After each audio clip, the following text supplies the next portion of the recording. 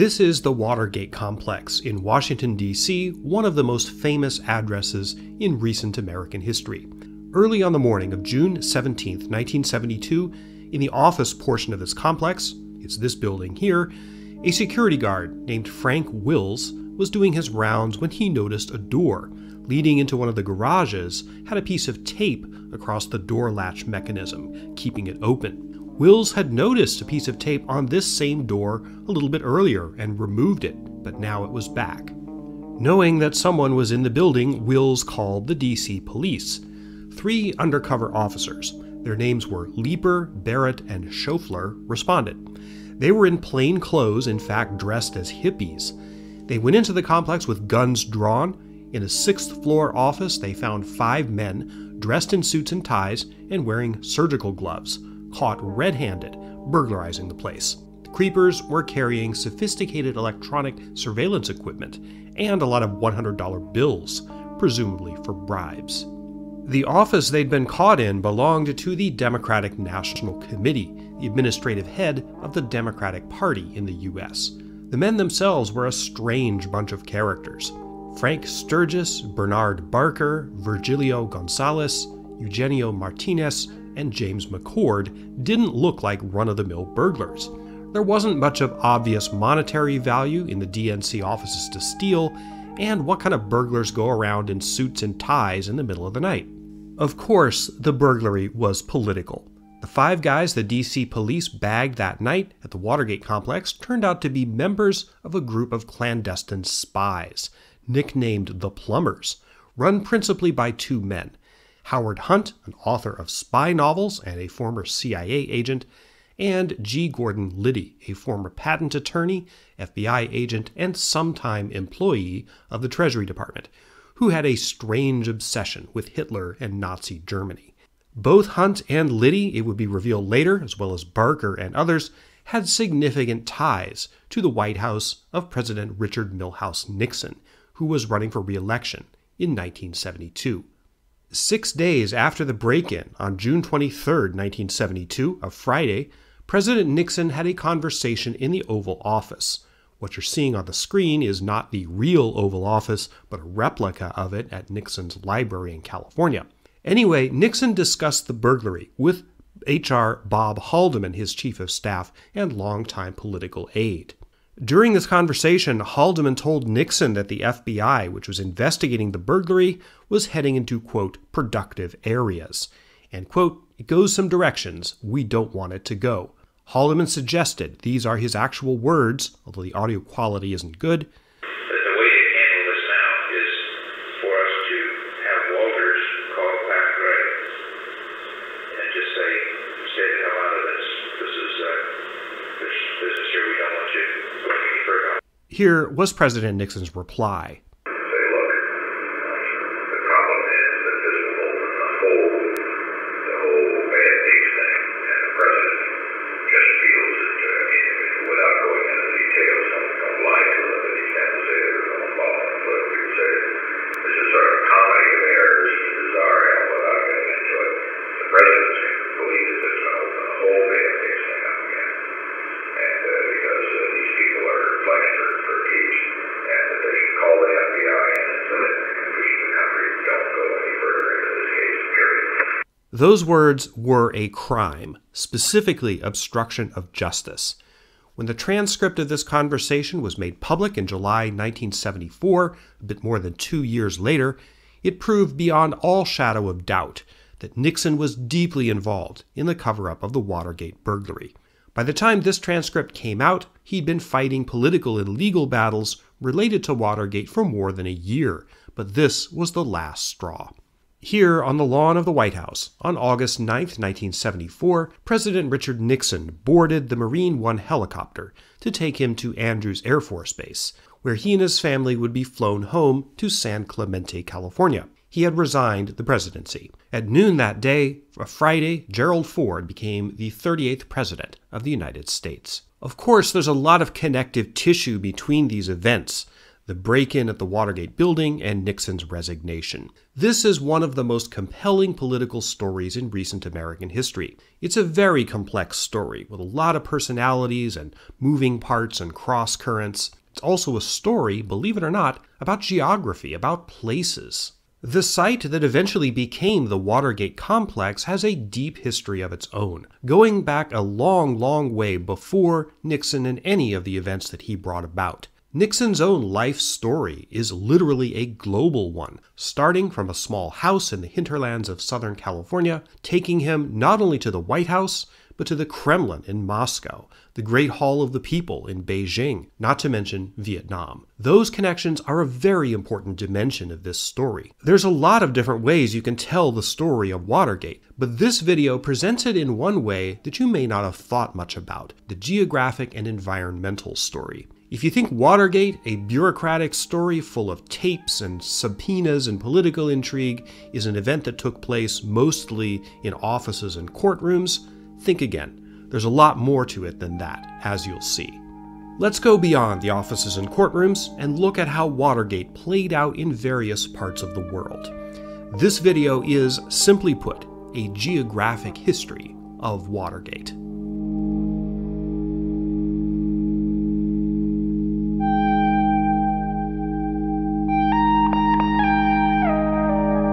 Hi, I'm Sean Munger. I'm a historian, and my niche here on YouTube is doing very long, detailed, in-depth, deep dive videos on various historical topics, heavy on context and meaning. My background is in environmental history, how the physical environment shapes and is shaped by the human past. This video on Watergate is most similar to a video that I did in September 2023 called Manson, A Geographic History. In that video, I went through numerous places connected in some way with the Charles Manson murders of 1969, not just the places where they occurred, but a lot of other places that were in the mix or part of the deep historical context. We're going to do something very similar in this video. Yes, there are offices and courtrooms. We can't avoid that. But if there's one thing I want to impress upon you, it's that the story of Watergate is not just men talking to each other in offices and courtrooms or on tape. It's much broader, much richer a story than that.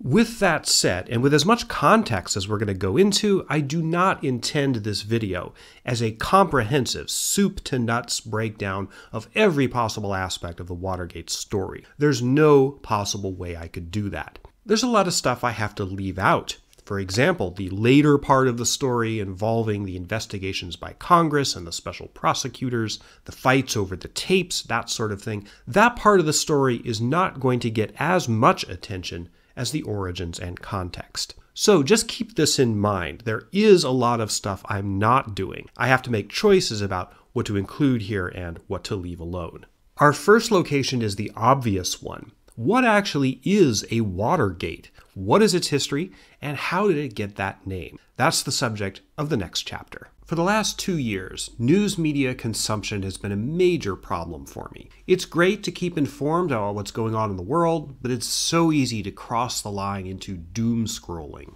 I was recently introduced to a really great service called Ground News. Ground News is an app and a website that helps you weed through the chaff, the bias, the disinformation that's out there, and make informed decisions about how and where to get my news, which really helps the doom scrolling problem. Let me show you how it works. If you bring up the main page of Ground News, you'll see a news feed, but for each story, it will tell you how many media outlets are covering it, how the story is being covered from left to right, the factuality of the outlets covering the story, and even the ownership profiles of the media that have been covering it. You can also toggle the editions really easily. I tend to like stories that are covered from an international perspective. And it's not just big headlines. Look at this story. I've been interested in the ruins of Angkor, located in Cambodia, since I was a little kid, and here's a news story about it that I would never have seen anywhere else. We can see on the right that 28 stories have been published about this so far, with the majority leaning left or center. I find it fascinating that stories on the left focus on criticism of UNESCO and Cambodia, while stories on the right point out the group making the accusations in the first place. With a couple of clicks, I can curate a list of topics I want to see news on. I can see what's happening in climate change, or keep tabs on Vladimir Putin, a dangerous subject to read about if you don't want to doom scroll. But the info on the stories and the bias filters keep me balanced, and I'm not going to go down a rabbit hole, amplifying outrage or promoting misinformation. This is really a useful tool, not just for keeping informed, but for my mental health. Obviously, they didn't have anything like ground news in 1971, but if Nixon had it, he might not have been quite as triggered by the stuff he saw in the New York Times or the Washington Post. So, if you go to groundnews.com/Munger, you can subscribe to Ground News through my link for as little as $1 a month or 40% off unlimited access to the Vantage subscription. That's the one I'm using. And by subscribing to them through my link, you'll be helping to support my channel in the meantime. Now, let's get back to the historical story.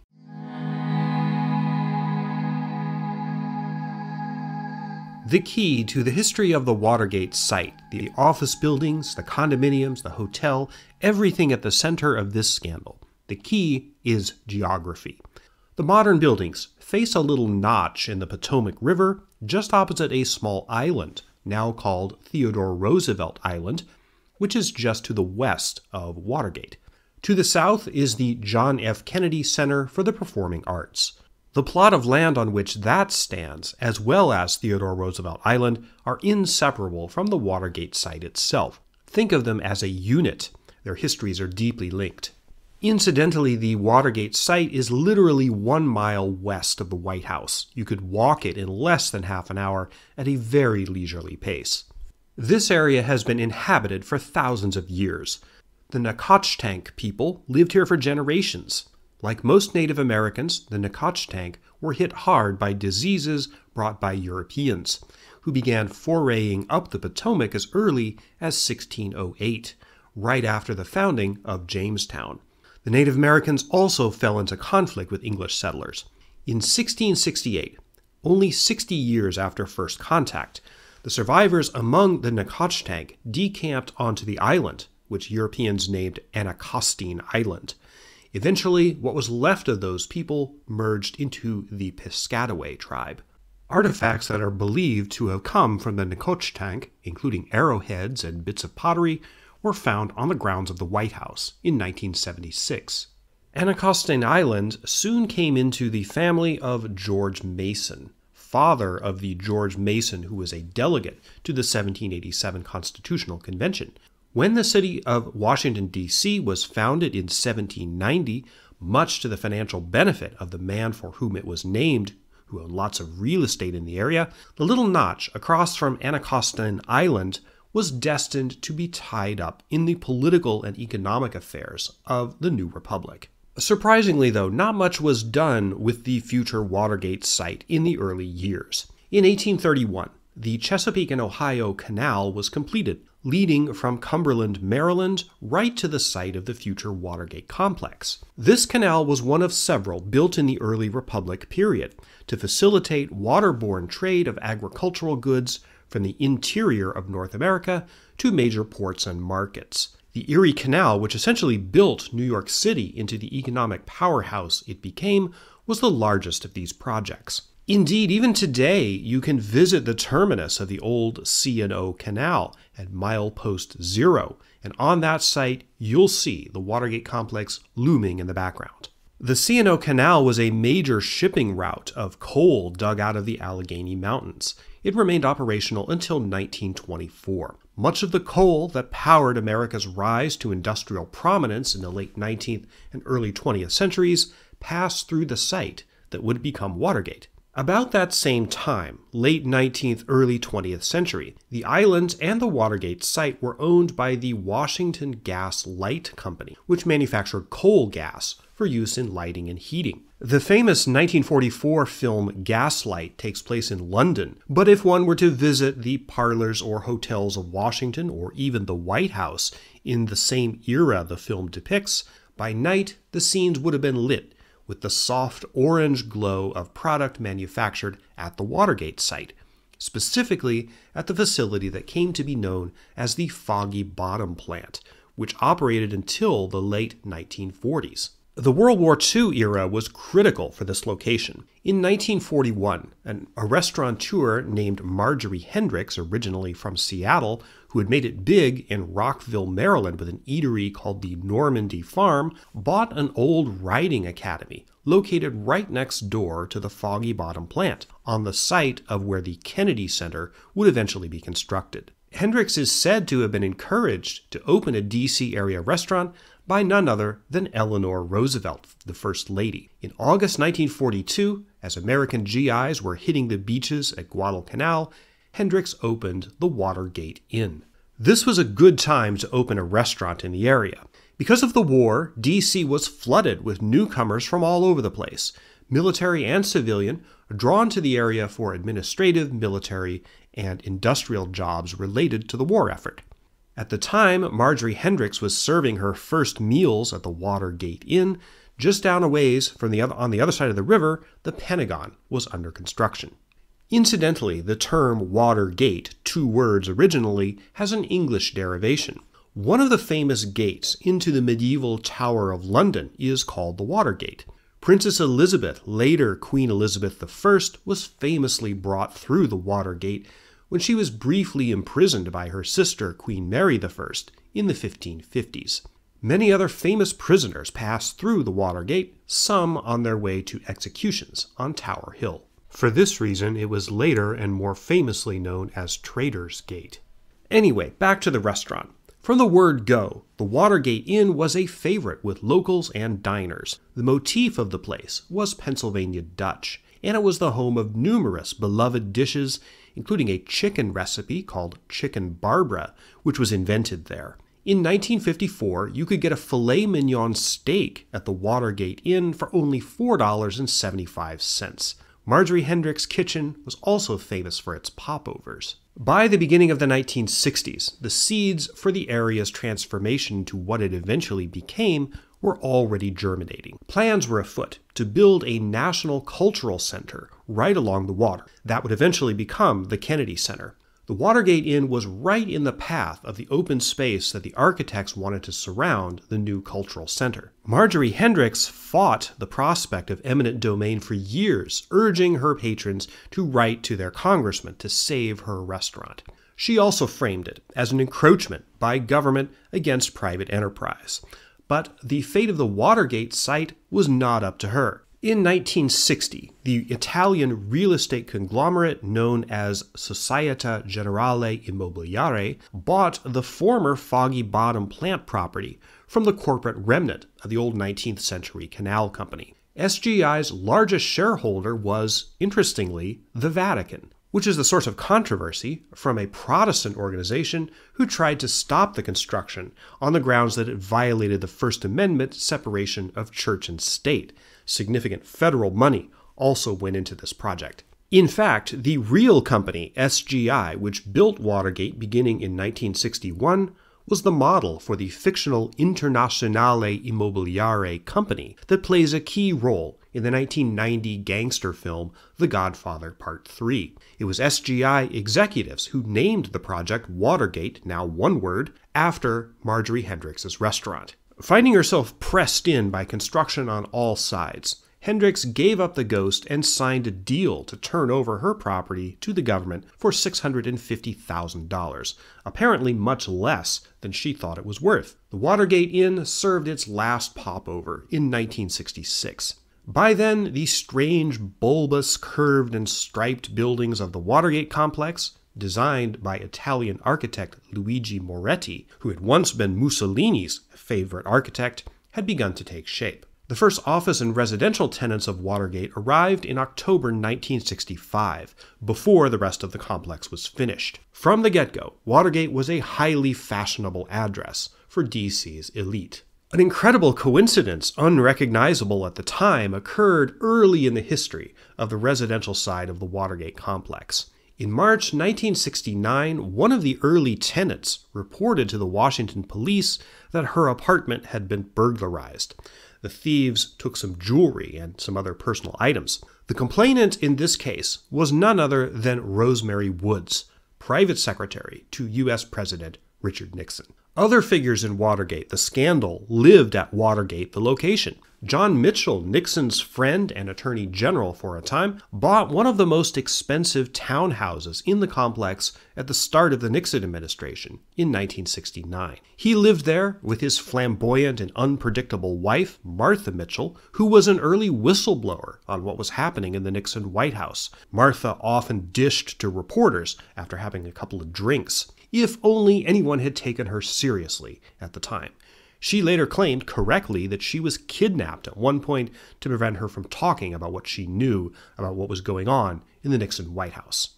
The Watergate is not only linked to the scandal that it gave its name to. In 1998, Monica Lewinsky, then targeted by a Republican-led investigation to find impeachable offenses in President Bill Clinton's sordid personal life, briefly stayed at the Watergate apartment of her mother, Marcia Lewis, while she was deciding whether to cooperate with pushy investigators. Caspar Weinberger, U.S. Secretary of Defense, who was implicated in the Iran-Contra scandal of the 1980s, also lived here. Among the non-political notables who have lived at the Watergate are Placido Domingo, the classic opera tenor, actress Elizabeth Taylor, who admittedly was married to a politician at the time, and Alfred Bloomingdale, the department store magnate credited, pun intended, with the invention of the credit card. So you see, this little notch in the Potomac River and the island across from it are intimately connected through numerous threads of recent and more distant American history. Not just the scandals of the 90s, 80s, and 70s,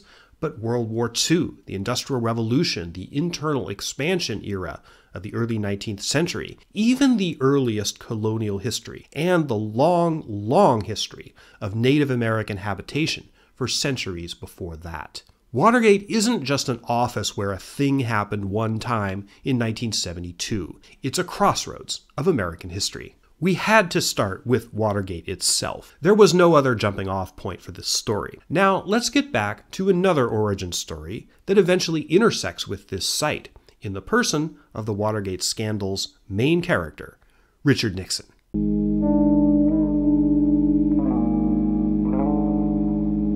Most people are surprised to learn, I was surprised to learn, that Richard Nixon, a man who traveled around the world and affected the fates of millions of people all across the globe in one way or another, is buried a stone's throw from where he was born.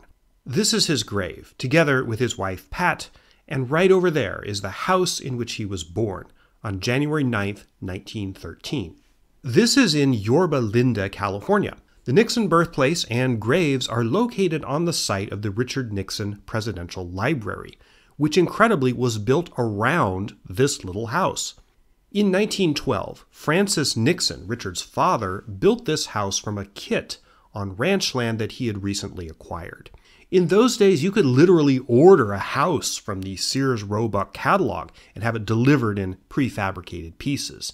Now, I'm not sure this house was from Sears specifically. It might have been, but it was one of those kinds of arrangements. The house has been restored to its 1913 appearance. Richard Nixon learned to play music on that piano right there. Yorba Linda was not a community of long standing before Nixon was born here.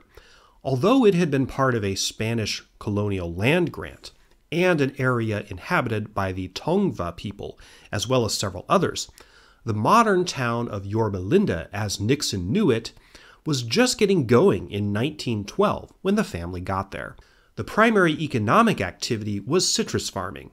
Indeed, Francis Nixon owned a lemon ranch. This was part of the hinterlands in the early 20th century. It was way far out. It has now been completely absorbed by the larger Los Angeles metropolitan area. The Nixons lived here 10 years, moving to nearby Whittier in 1922. The Nixons were not wealthy. Indeed, Richard Nixon often talked in his adult life of the poverty of his roots and upbringing. This was possibly one source of his psychological insecurity. The lion's share of powerful politicians in America came from a background of privilege and wealth, often educated at Eastern prep schools and Ivy League colleges, peoples whose families had business and personal connections with each other, a kind of privileged club. The Kennedys and the Bushes certainly exemplify this tradition. Nixon perceived that these kinds of people looked down on him, and to a certain extent he was right. Nixon's background demonstrates a constant need to prove himself, to break into those circles of influence and power inhabited by the Ivy League privilege set. He made excellent progress at this.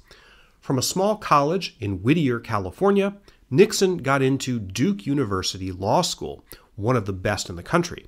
He was already angling for some kind of career in government or public service. The outbreak of World War II interrupted the life plans of most young men of that era, Nixon's included. He served with distinction in the U.S. Navy, deployed to the Pacific Theater. What you're looking at on screen is Bougainville Island in the nation of Papua New Guinea, one of the places where Nixon saw action in the Pacific War. Richard Nixon was not a war hero, as John F. Kennedy would later be made out to be after the PT-109 incident, or even the first George Bush, who was shot down over the Pacific. But Nixon served honorably and competently. He returned to California in 1945 and to civilian life the next year. That year, 1946, a California Republican Party search committee looking for new candidates, especially among recent military veterans, noticed Nixon and vetted him as for a possible congressional run.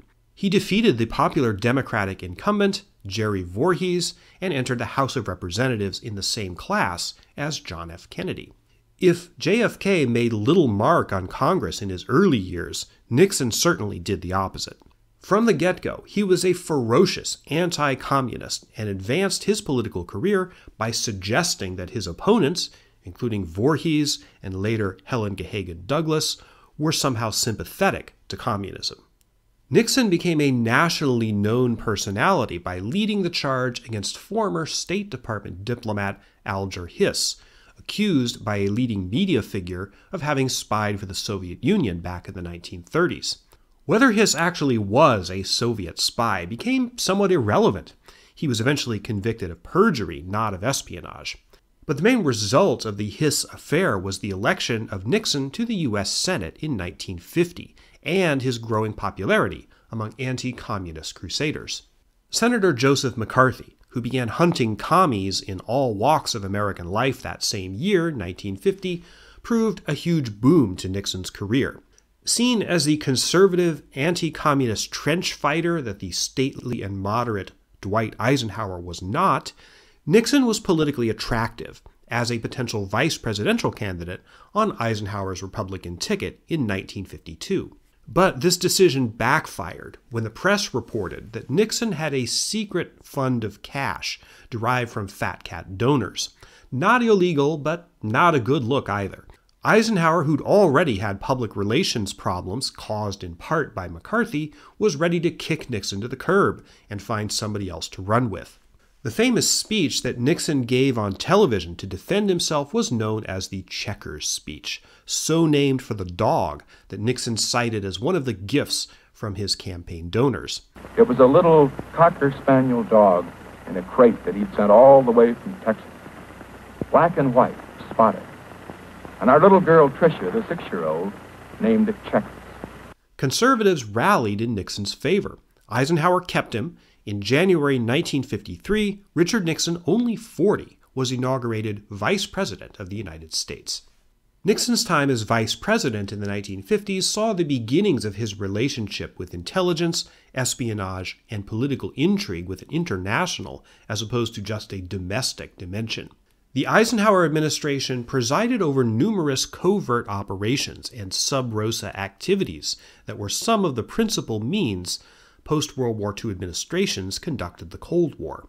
There was the Mossadegh thing in Iran, for example, a CIA operation to overthrow the government of that country. And the U.S. intelligence and foreign policy establishments pretty much lost their minds when Fidel Castro, the revolutionary leader of Cuba, tilted sharply toward the Soviet bloc shortly after he came to power in 1959. Eisenhower delegated a lot of authority to Nixon, much more so than most vice presidents had enjoyed up until that time. This would stand him in good stead once he took the top job himself. This is 810 Fifth Avenue in New York City. In the 1960s, this building was a rabbit hutch of those same sorts of Ivy League privilege types that Nixon had been trying to get into for much of his career. For example, Nelson Rockefeller, probably the leading national Republican politician of the 1960s, lived here. Nixon moved into this building in 1963, after 2 stinging electoral defeats. The first one, of course, was his narrow loss to John Kennedy in the presidential election of 1960. The second was an attempt 2 years later to get elected governor of California. He failed. Ostensibly, while living here, Nixon was a private citizen. He practiced law at a top Wall Street law firm, and he made a public pledge not to run for president in 1964. He remained politically active, though, endorsing and stumping for Republican candidates. He was particularly helpful to the party during the 1966 election cycle. By then, things were not going well for Lyndon Johnson, the president, and the Democratic Party in general. A split was developing within it, particularly over the war. By the end of 1967, when Nixon decided to run for president again, he saw this split as a potential opening.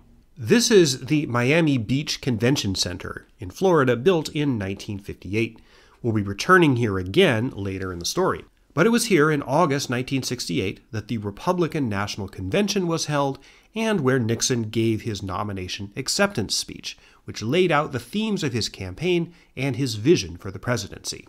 It had been a tumultuous election cycle. In fact, 1968 was probably the most politically tumultuous year in American history, at least since the Civil War. Rocked by assassinations, first of civil rights leader Martin Luther King, then of Democratic presidential candidate Robert Kennedy, and rife with civil unrest, racial violence, and angry demonstrations against the Vietnam War, there was a real sense in the summer of 1968 that America was coming apart, that its political problems were too intractable to solve peacefully. 2 specific things that Nixon said at the Miami Beach Convention Center in August 1968 are especially relevant to what happened later. We shall begin with Vietnam. We all hope in this room that there's a chance that current negotiations may bring an honorable end to that war, and we will say nothing during this campaign that might destroy that chance. As we'll see, that turned out to be a lie, pretty egregious one. But Nixon's main thrust was to communicate that he would bring an honorable end, that was his phrase, to America's involvement in Vietnam, what the press would later dub the secret plan to end the war, because during the campaign, Nixon offered no specifics, merely the promise that he would. The second thing he said was this, which was very telling. And when the President of the United States cannot travel abroad or to any major city at home without fear of a hostile demonstration, then it's time for new leadership for the United States of America. Nixon hated demonstrations. He was deeply offended by the protest movement against America's involvement in Vietnam, as many conservatives were in the 1960s. Nixon also had a tendency to jump to the conclusion that protests against him or policies that he championed were not sincere or organic, but instead ginned up by dark forces arrayed against him, particularly communists. 10 years earlier, while he was vice president, Nixon was sent on a diplomatic tour to Caracas, the capital of Venezuela. His motorcade was attacked by an angry mob that threw rocks and broke the windows of the cars, possibly posing a lethal danger to Nixon and his party. Nixon believed that the attack was organized by the Venezuelan Communist Party, and he may have been right. Intelligence agencies of the U.S. government seem to agree with him, and there is some evidence of it. The 1958 Caracas attack was deeply formative on Nixon, and his belief that communists were behind it may have been the lens through which he saw later demonstrations in the U.S., even if they were organic. As we'll see, the Nixon administration was particularly hostile to the protest movements that were active in the late 60s and early 70s, and the mechanisms of Watergate were put in place, in part at least, to act on that hostility. Nixon was less likely to conduct deeper reflection on what protest movements meant and what they were trying to achieve. His mention in his 1968 acceptance speech of protests themselves as being symptomatic of political decline in America is a subtle foreshadowing of what was to come after he won the election.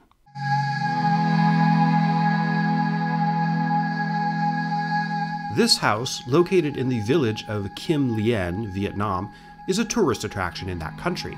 It's not original. What you see here is a reconstruction built in 1959, but it's on the site of this small, modest hut where a boy named Nguyen Sin Kung lived his early life. Nguyen wasn't born here, but rather in the village of Hoang Tru, which is not far away. He was born in 1890 when Vietnam was part of the French colony of Indochina. Now, you probably have not heard the name Nguyen Sin Kung, but later in life, as many communist revolutionaries did, Nguyen took another name by which the world knew him, Ho Chi Minh. My guess is you have heard that name. Vietnam's long history is defined, I mean truly defined, by one overarching concept: resistance of domination by foreign powers. China first conquered Vietnam in 111 BCE, more than 2,000 years ago. The Vietnamese threw off Chinese rule in 939 CE, but that was hardly the end of their problems with the Chinese. One lesson that emerges from a study of Vietnam's deep history, that Americans, or French for that matter, never learned, is this one. The Vietnamese really, really hate to be ruled or controlled by anyone else. They will spend decades or centuries trying to rid themselves of foreign domination, and they are quite single-minded at pursuing that objective. Ho Chi Minh was just one in a long series of resistance figures in Vietnamese history. The country, together with other parts of Southeast Asia, was ruled by the French beginning in the 1860s, and then occupied by the Japanese during World War II.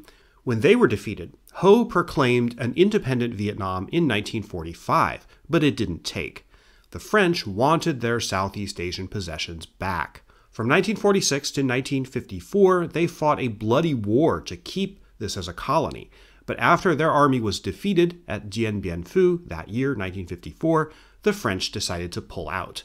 This sent the United States government, of which Richard Nixon was then vice president, into something of a panic. Ho Chi Minh was a communist, no question about that, but his primary goal was to get modern Vietnam out from under the domination of foreign powers. Ho Chi Minh's identity as a Vietnamese nationalist was more important to the people of Vietnam than his identity as a communist. But Westerners had a hard time recognizing that. When they looked at Ho Chi Minh, people like President Eisenhower and Allen Dulles saw only a communist, and another front in the Cold War against the Soviet bloc. To a large extent, these policymakers were blinkered by their reflexive opposition to communism. This is the meeting room of the Palace of Nations in Geneva, Switzerland. In 1954, in this room, a group of diplomats from numerous major countries, France, Vietnam, the United States, Britain, China, the Soviet Union, and others, hammered out a disastrous deal. It split Vietnam into two countries, the North, which was Ho Chi Minh's, and the South, which would presumably be pro-Western. There was supposed to be a referendum on unification of the country, which, thanks to South Vietnam's president Ngo Dinh Diem, was never held, and the troops of each, North and South, were supposed to be withdrawn to their home regions. That never really happened either. The Eisenhower administration disavowed the result of the Geneva Conference and said they wouldn't abide by it. A war between North and South Vietnam was basically inevitable. Ho Chi Minh wanted to unify the country. The Diem government of South Vietnam desperately wanted to avoid that, but the Diem regime, corrupt and incompetent, needed lots of help from the United States to prevent that result. The point, for the U.S. at least, was not really to help South Vietnam for its own sake. Containing the perceived ambitions of China to increase its influence in Asia was a prime motivation. The Pentagon Papers bear this out.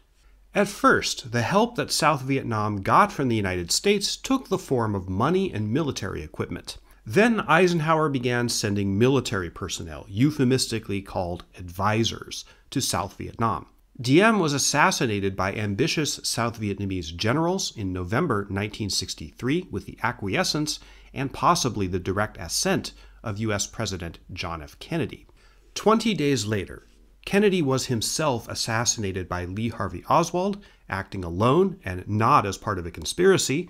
There go 5,000 unsubscribes right there. That brought Lyndon Johnson to the White House.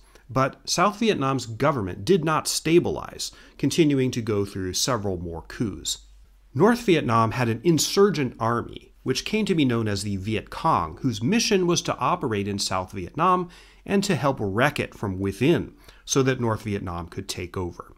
By early 1965, it was clear that the South Vietnamese government was totally not up to the task of resisting this army, no matter how many advisors there were.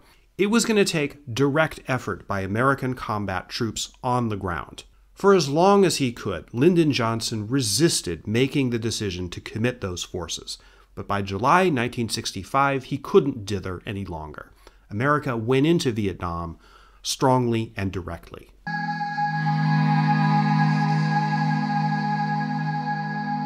I anticipate objections, or at least questions, to what I just said, and most of them will contain the words Gulf of Tonkin. The Tonkin Gulf incident of August 1964 is a historical event that has been unforgivably distorted by conspiracy theorists, particularly those who believe in some big plot to assassinate President John F. Kennedy, which I demonstrated in a series of videos last year was not true. Conspiracy theorists often accuse Lyndon Johnson of being behind the assassination, or at least that the conspirators, whoever they are supposed to have been, whacked Kennedy because he wanted to get the U.S. out of Vietnam, and Johnson, by contrast, would somehow be expected to do the opposite. This narrative is wrong on so many levels that I don't have time to go into them all. But with respect to LBJ's motivations, he was extremely reluctant to commit U.S. forces to the Vietnam War directly, and the Tonkin Gulf incident does not contradict that.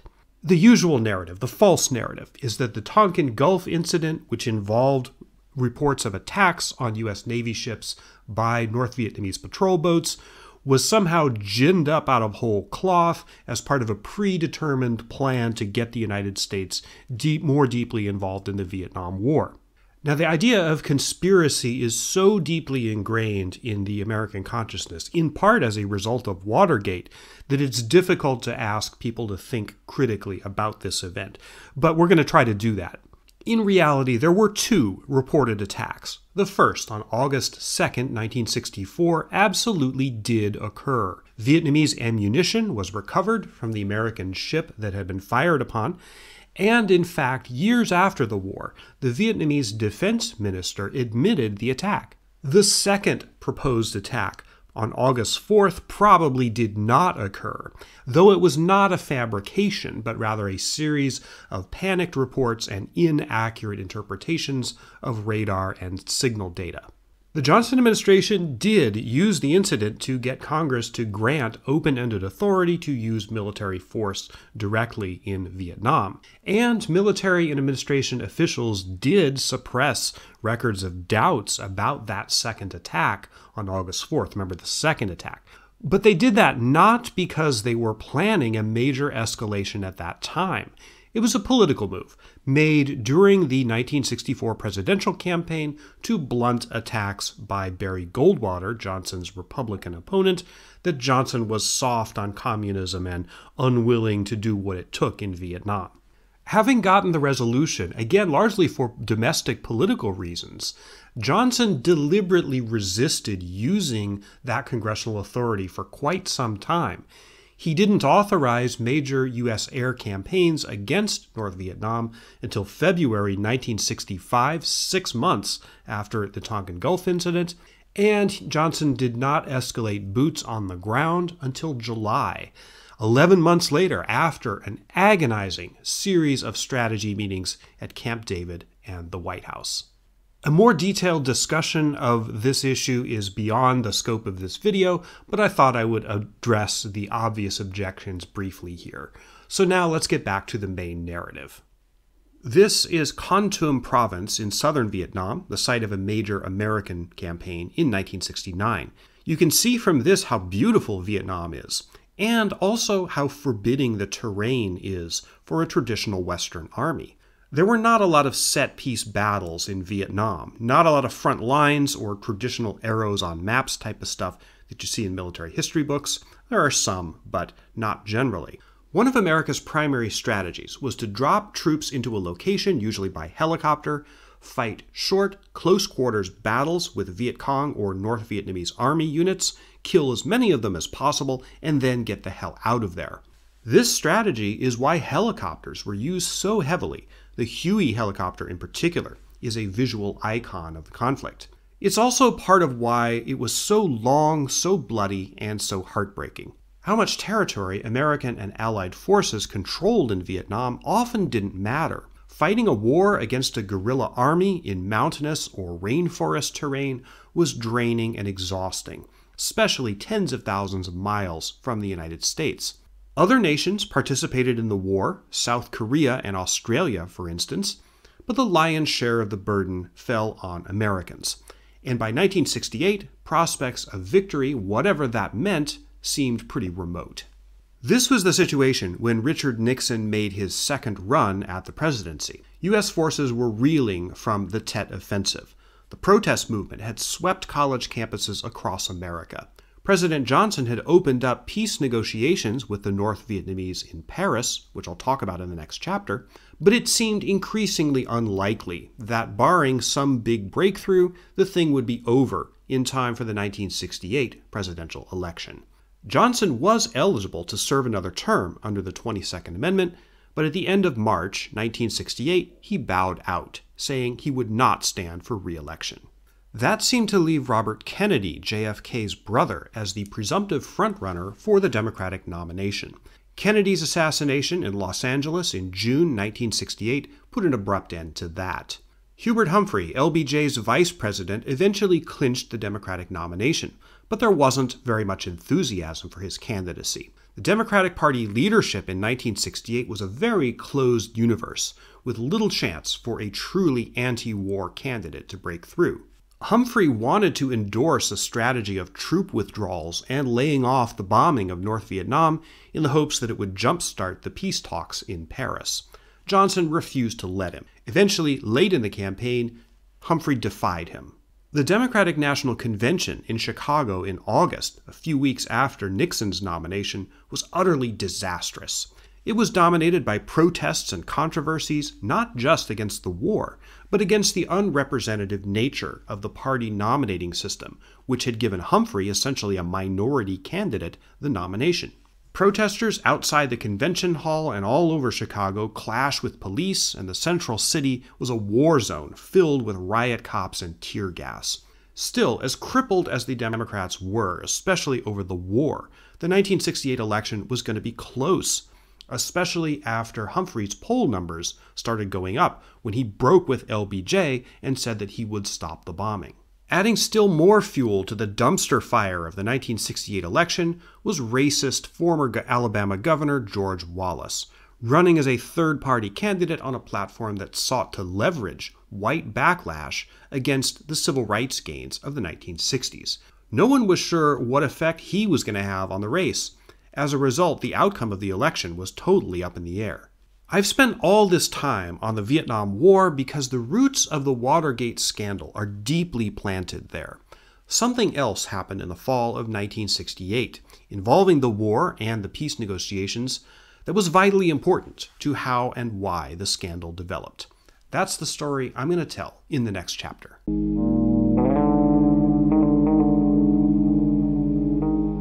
This is, of course, the Pentagon, the Department of Defense headquarters across the river from D.C. in Virginia, very close to the Watergate site, as we saw earlier.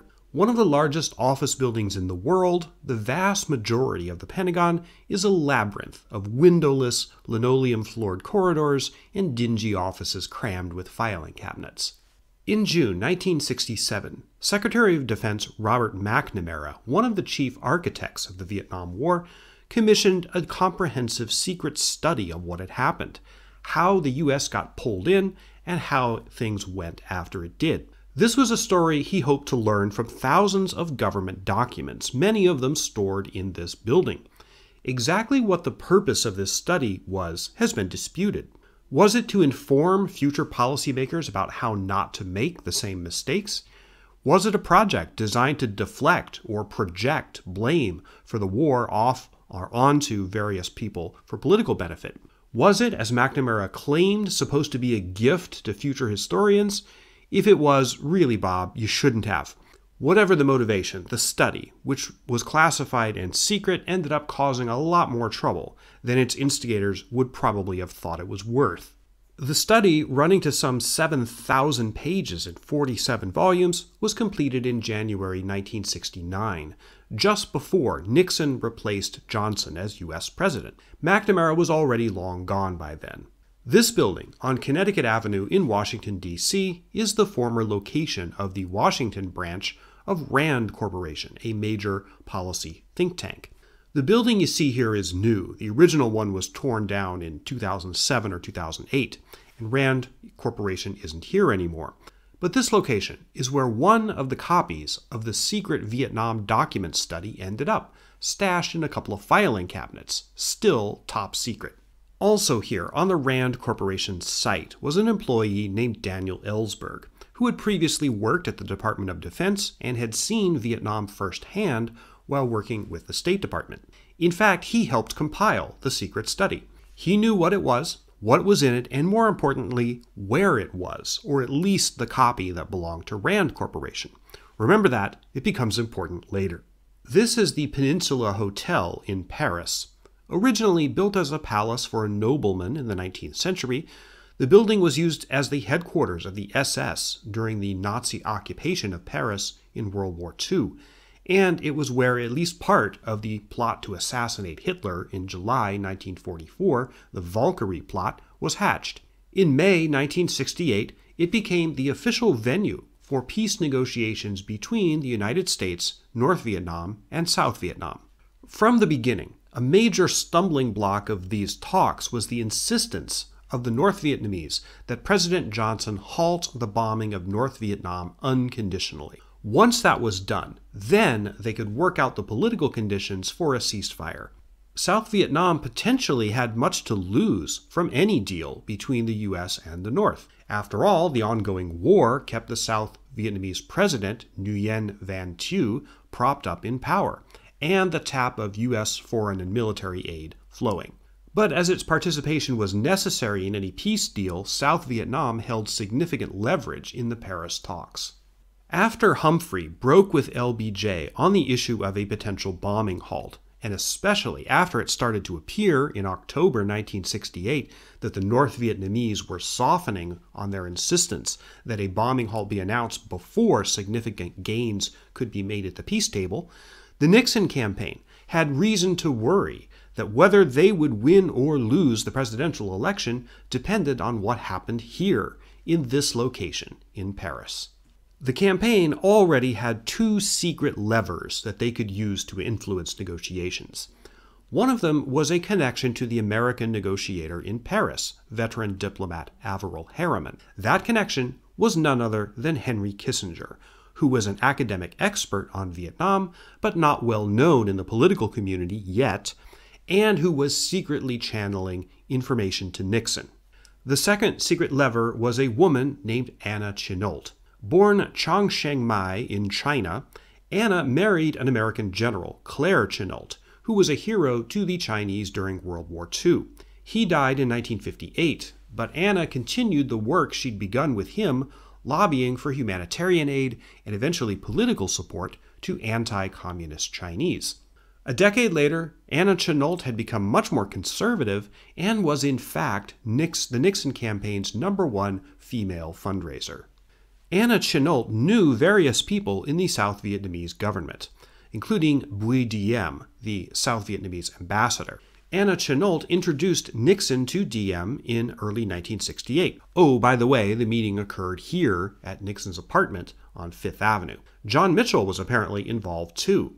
Chennault would act as the Nixon campaign's secret communications cable to the government of South Vietnam. And in case you need another geographic thread connecting various parties in our story, I'll give you one guess where Anna Chennault lived in Washington, D.C. Yep, it was right here at the Watergate complex, where she lived in a $250,000 penthouse with a roof garden on the top floor. I'm certain that whatever apartment was Anna Chennault's is in frame right now, I just don't know which one it is. You see where this is going.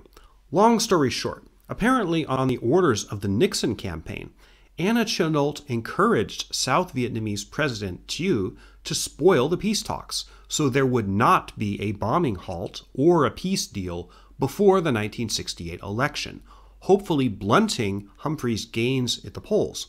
The unspoken quid pro quo, maybe it was spoken, we don't know, was that South Vietnam would get a better deal under a Nixon administration than it could expect under Humphrey. Sure enough, on October 30th, 1968, Thieu announced that South Vietnam was walking out of the negotiations. Essentially, Thieu dropped trow and crapped all over the Paris peace talks. Furthermore, a note which would not come to light until 2017 shows that H.R. Haldeman, Nixon's chief political aide, remember him, recorded that Nixon had authorized, quote, throwing a monkey wrench into the peace talks. Even more amazingly, Lyndon Johnson knew this was happening and that Nixon was involved. The FBI was tapping a bunch of phones, Chennault's, for instance, and they were also bugging the South Vietnamese embassy. On November 2nd, 1968, a few days after he had ordered a bombing halt, Johnson talked to Senator Everett Dirksen. He said, quote, "They oughtn't to be doing this. This is treason. I can identify them because I know who's doing this. I don't want to identify it. I think it would shock America if a principal candidate was playing with a source like this on a matter this important." End quote. The next day, Johnson called Nixon and told him that he knew what was going on. Nixon lied through his teeth. He said that he had no knowledge of what Anna Chennault was doing or saying, and that she did not have his sanction to be mucking around with the South Vietnamese ambassador. LBJ, who never trusted Nixon, knew he was lying, but incredibly, he did not make this information public. He let Nixon get away with it. Outing the secret deal was discussed by several members of the Johnson administration, including Secretary of State Dean Rusk and Secretary of Defense Clark Clifford. The reasoning for holding it back was that now that Nixon had won the election, making it public that he had literally committed treason would start the new administration off under a cloud of the biggest scandal in American history. Nixon had won, narrowly, with 301 electoral votes to Humphrey's 191, though the popular vote was much closer. Nixon won by only 0.7%. Wallace got 46 electoral votes, but didn't prevent Nixon from winning a majority, which would have thrown the 1968 election into the House of Representatives. It's unclear whether Chennault's meddling really made the difference. There's evidence that Thieu was inclined to blow up the peace talks on his own, not at the instigation of the Nixon campaign. But the important thing is that Nixon, and LBJ for that matter, clearly believed that their meddling had made the difference in the election. Nixon knew he'd dodged a bullet, and he remained quite concerned that evidence of the Chennault affair would come out during his presidency. In 1970, the Nixon White House assigned a young staffer named Tom Charles Houston to the job of basically doing a post-mortem on the whole bombing halt business.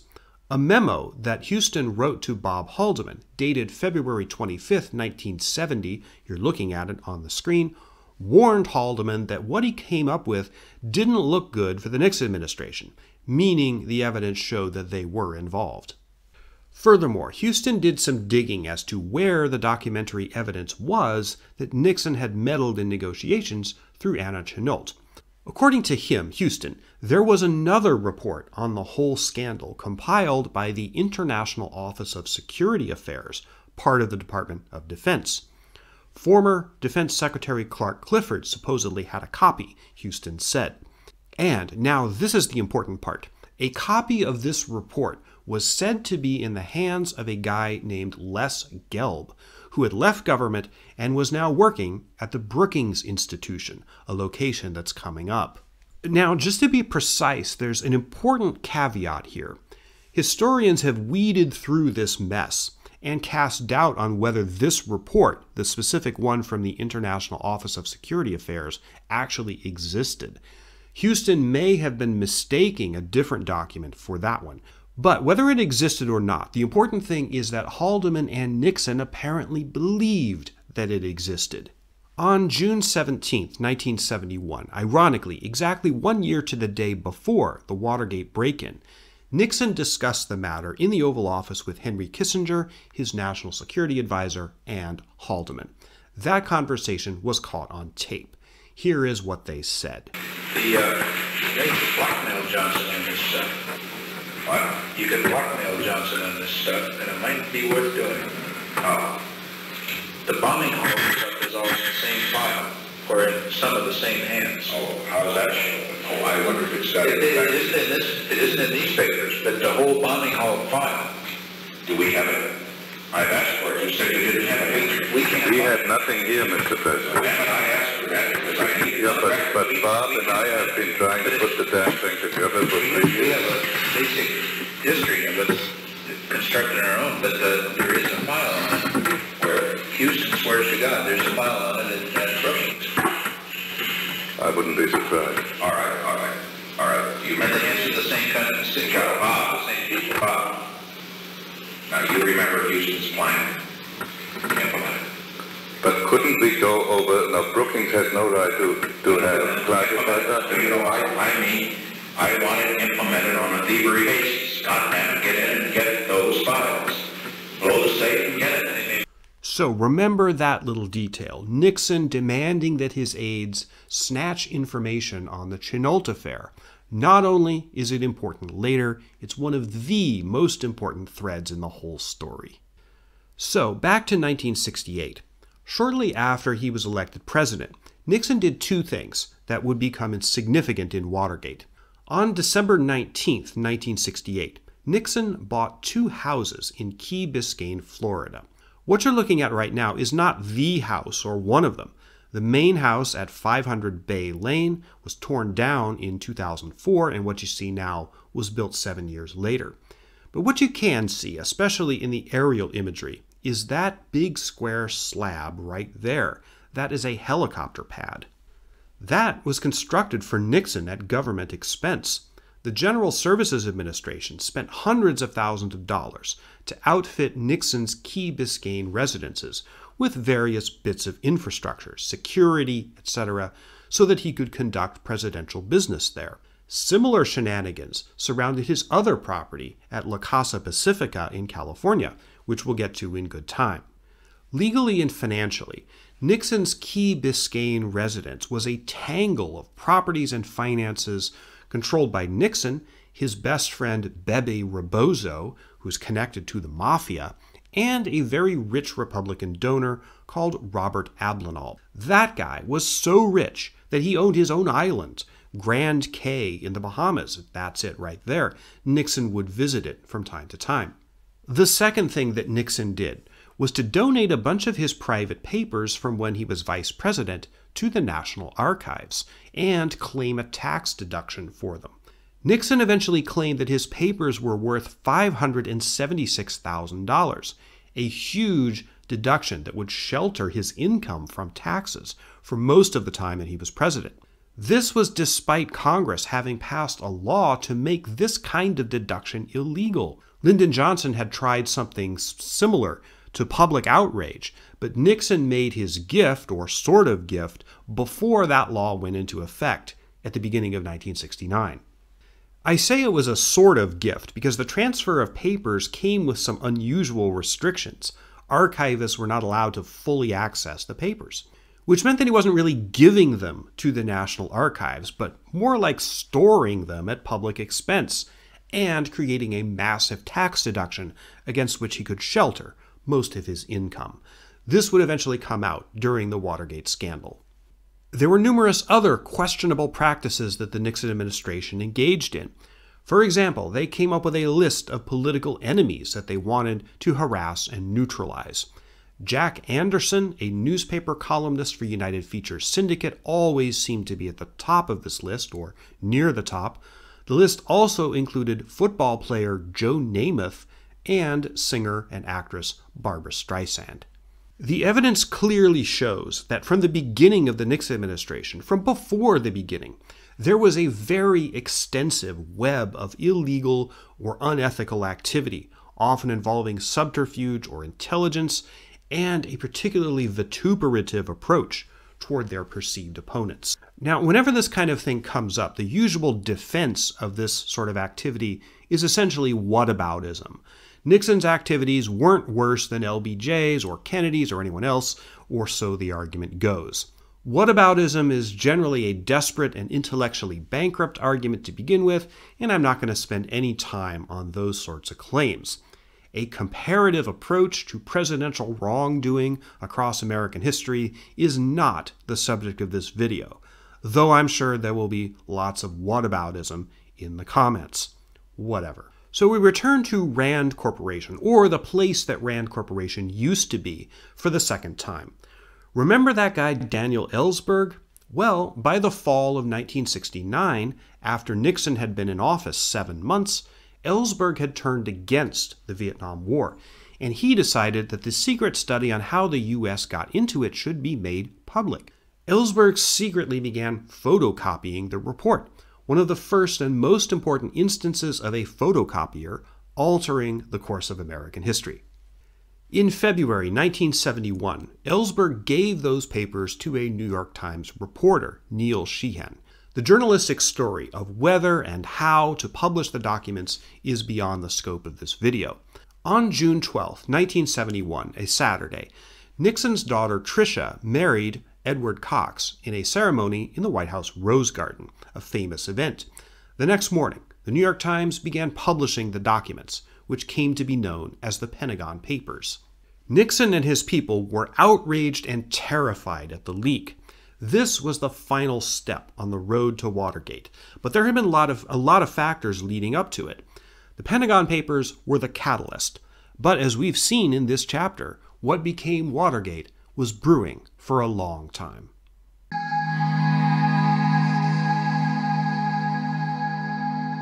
This is La Casa Pacifica in San Clemente, California, probably the most famous of Nixon's residences.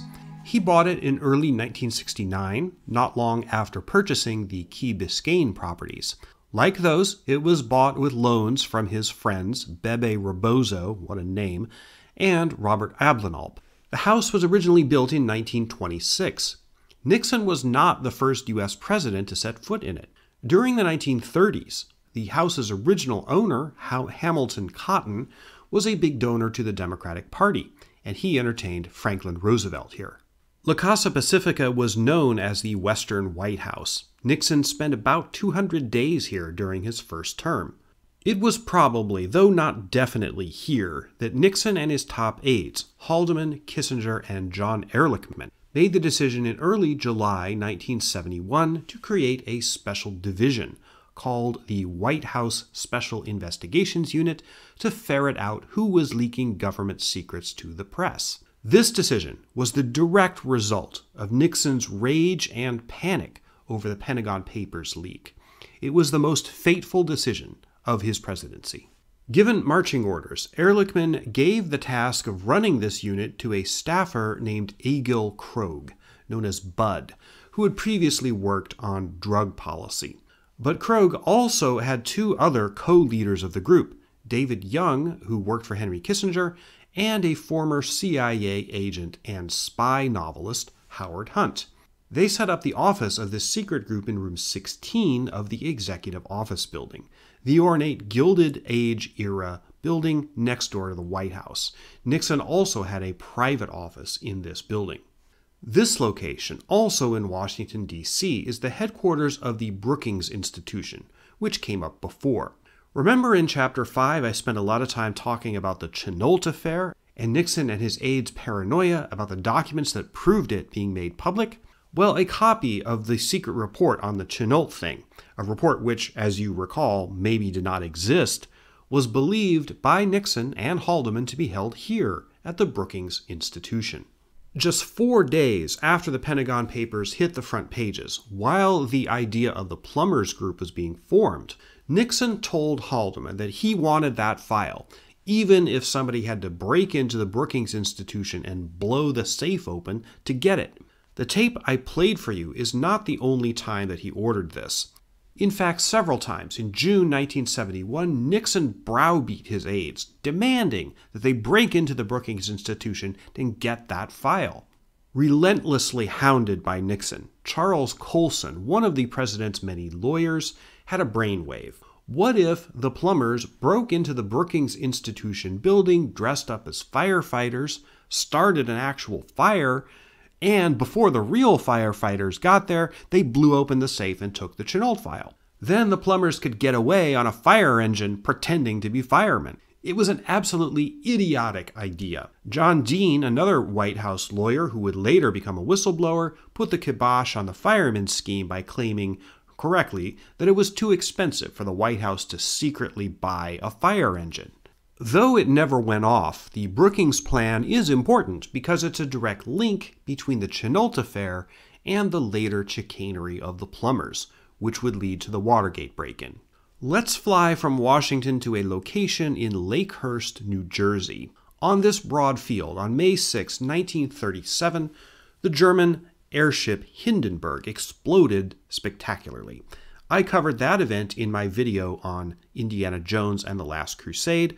What does this possibly have to do with Watergate? Well, this was where the Hindenburg tied up after its transatlantic crossings from Germany. The disaster happened at the very end of its very first scheduled voyage for the 1937 season. On its approach to this site, the Hindenburg passed over Hoboken, New Jersey, across the river from Manhattan. One of the many houses it passed over was occupied by a family called the Liddies. During the 1930s, their young son, George Gordon Liddy, saw the giant airship overhead right above his house and was equally terrified and fascinated. Being frightened by the Hindenburg made such an impression on young Liddy that he mentioned it on the very first page of his memoirs, published in 1980. His memoirs are absolutely bonkers, by the way.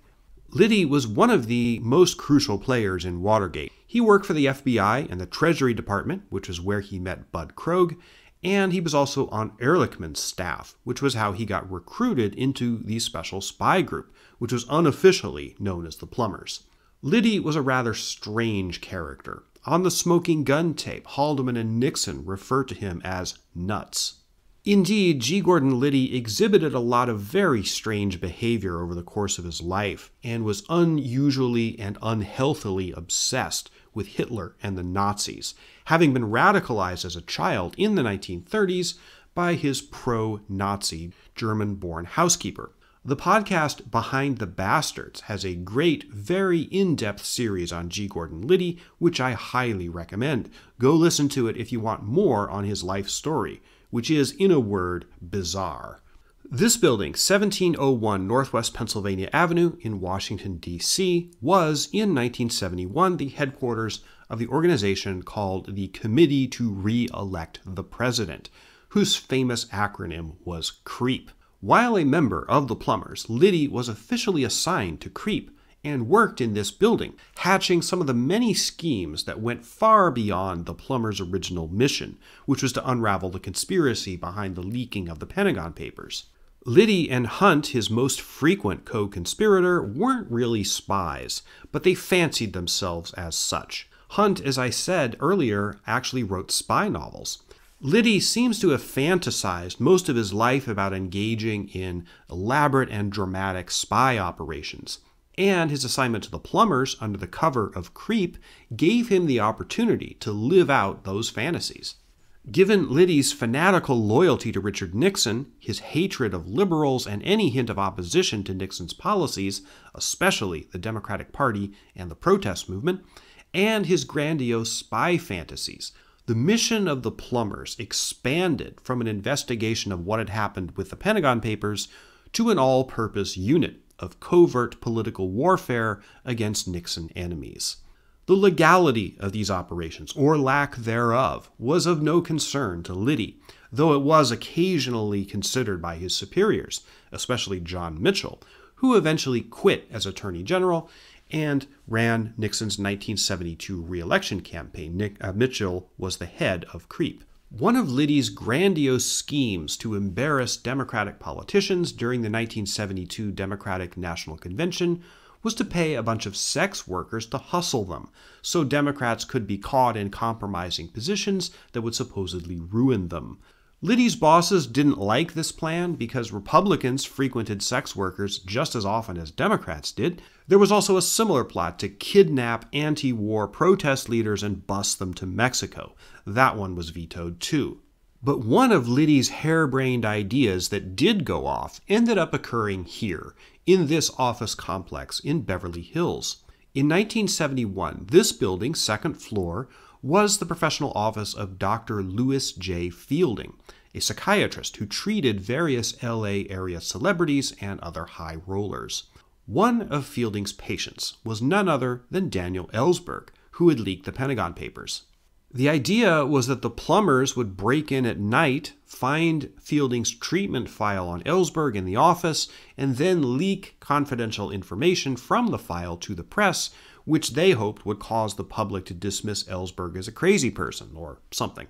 To be honest, this scheme was hardly less nuts than the thing with the sex workers, but it did go forward. Hunt, Liddy, and several other operatives broke into Fielding's office on September 3, 1971, and jimmied the filing cabinet with a crowbar.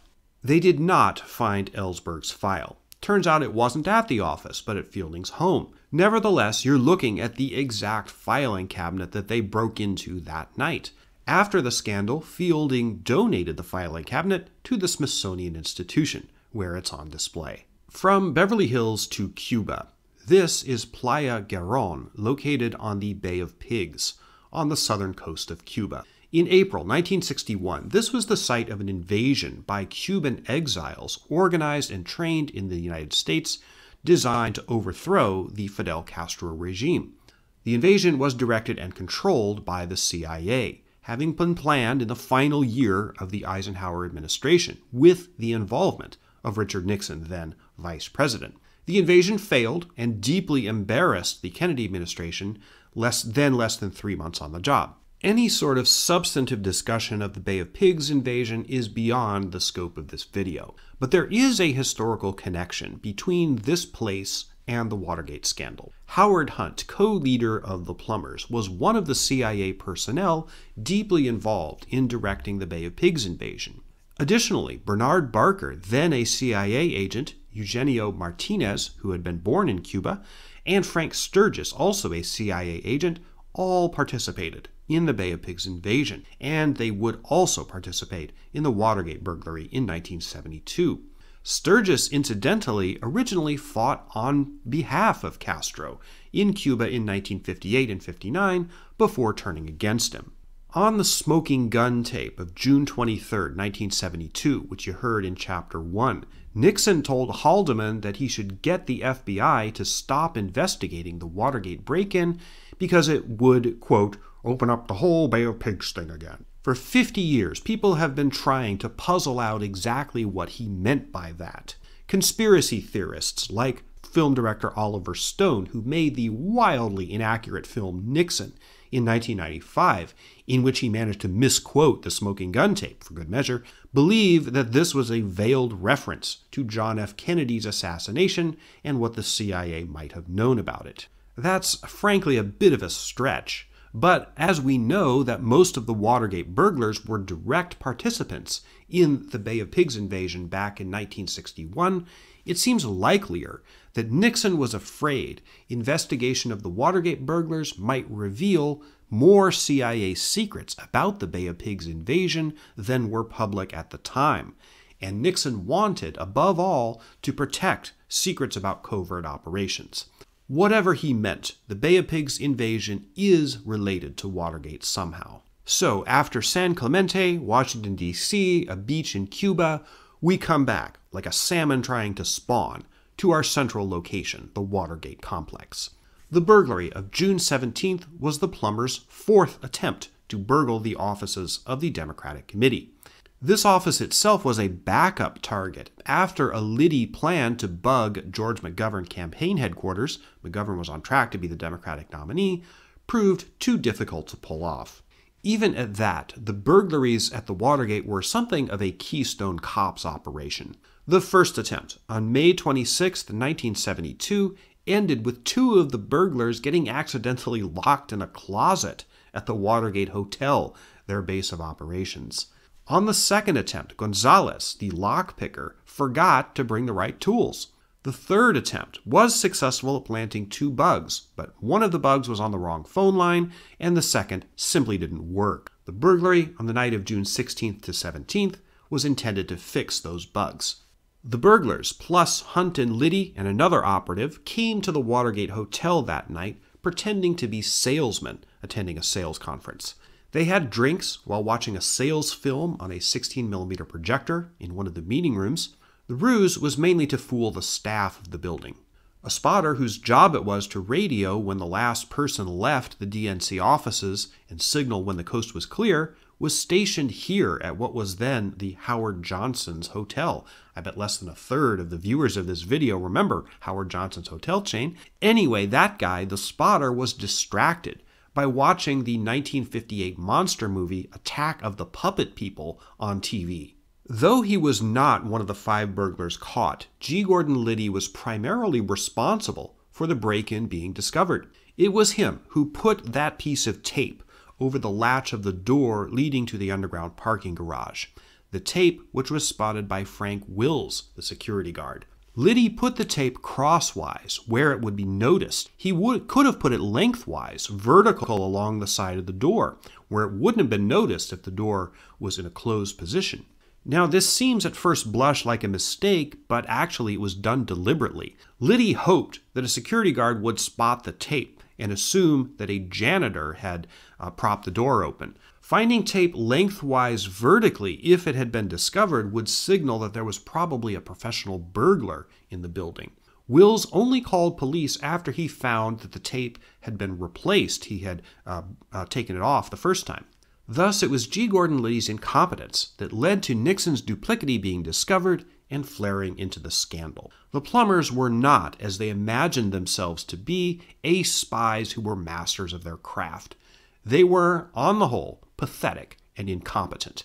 That's one of the great ironies of the Watergate scandal.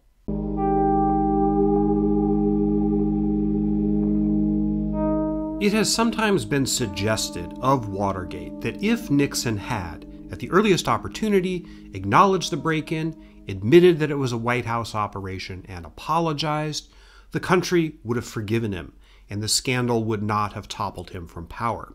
I'm not sure I agree with that assessment, and there are 2 main reasons why. The first reason is that it assumes that the Watergate burglary was a one-off event. As we have amply seen over the course of this video so far, it was merely a small part, not even the most important part, of an extremely broad range of illegal and ethically questionable practices that the Nixon administration engaged in from the moment they got into power, even before they got into power, given the example of the Chennault affair. Need I remind you of Nixon's demand, caught on tape in June 1971, that members of his administration break into the Brookings Institution, blow open the safe, and steal the file documenting the Chennault affair? You know, I want it implemented on a thievery basis. Not to get in and get those files. Blow the safe and get it. The second reason is that it ignores the basic fundamental nature of how Richard Nixon saw those who opposed him. The tactics that he called dirty tricks, covert operations by the CIA and others, the enemies lists, exposing dirt on opponents, disrupting organizations that he saw hostile to him, the kind of cloak and dagger spycraft that Howard Hunt and Gordon Liddy were passionate about. Nixon highly approved of these things and in fact insisted on them. This is a brief excerpt of a conversation in the Oval Office on October 8, 1971. Nixon is talking to Richard Helms, director of the CIA. So I am not going to embarrass the CIA because it's very important. Second, I believe in dirty tricks.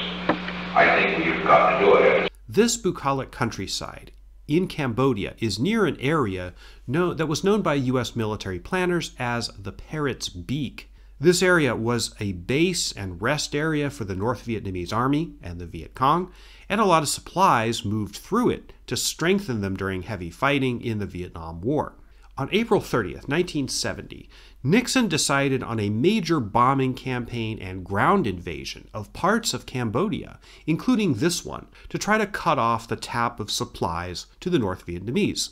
It didn't help that much militarily, but it resulted in an inferno of criticism, protest, and unrest back in the United States, especially on college campuses. This place, linked intimately to the one we just saw, is tens of thousands of miles away on the grounds of Kent State University in Ohio. Look at those pylons right there. The area between them is where the body of a 20-year-old college student, Jeffrey Miller, fell after being shot by Ohio National Guard troops during a protest of Nixon's incursion into Cambodia. That event was captured in this iconic photo, one of the most famous of the whole Vietnam era. 4 students were killed at Kent State. America's colleges and universities rose in revolt. There was a nationwide college strike in the days following, and hundreds of thousands of protesters descended on Washington, D.C., which was a tense, armed camp for several days, like a city under siege. This is the Lincoln Memorial, which is located 2,000 feet south-southeast of the Watergate site. During the protesters' siege of Washington, early on the morning of May 9, 1970, Nixon snuck out of the White House, accompanied by his Spanish-born valet, Manolo Sanchez, and they went to the Lincoln Memorial to talk to student protesters camped out there. The conversation was bizarre. Nixon seems to have tried honestly to find some common ground with the students, but the students perceived him as going off on a lot of unrelated topics, like travel to Eastern Europe or his and Pat Nixon's honeymoon in Mexico decades before. At this weird meeting, Nixon told the demonstrators that he hoped their anger at his Cambodia invasion wouldn't morph into hatred of the American system as a whole. Soon he went back to the White House, and the incident was so strange that Nixon had to write a memo to his staff explaining it. Nixon's account of this incident in his Memoirs, written in 1978, is pretty much the definition of an account by an unreliable narrator. Why am I spending time on this? Well, because despite the conciliatory tone that Nixon insisted he tried to take with the Lincoln Memorial protesters, in the weeks after Kent State, he went on a rampage, demanding that the government, and especially the intelligence agencies, increase their efforts to monitor and disrupt people and organizations that he believed were subversive. He had Tom Houston, the same aide who had told him about the supposed existence of the Chennault affair files at the Brookings Institute, draw up a grandiose plan for this, which was known informally as the Houston Plan. Nixon's overarching idea when it came to protest activity was that it was not merely subversive, but that it was ultimately controlled and instigated by foreign enemies. In other words, communists. Remember when demonstrators attacked his limo in Caracas in 1958? Remember when 10 years later, while accepting the Republican nomination, he cited demonstrations against U.S. presidents as a sign of the weakening of America. Nixon saw protests as fundamentally destabilizing, and he saw them as part of a continuum of subversive political opposition, heads of the same hydra, ultimately benefiting, whether consciously or not, the advance of communism.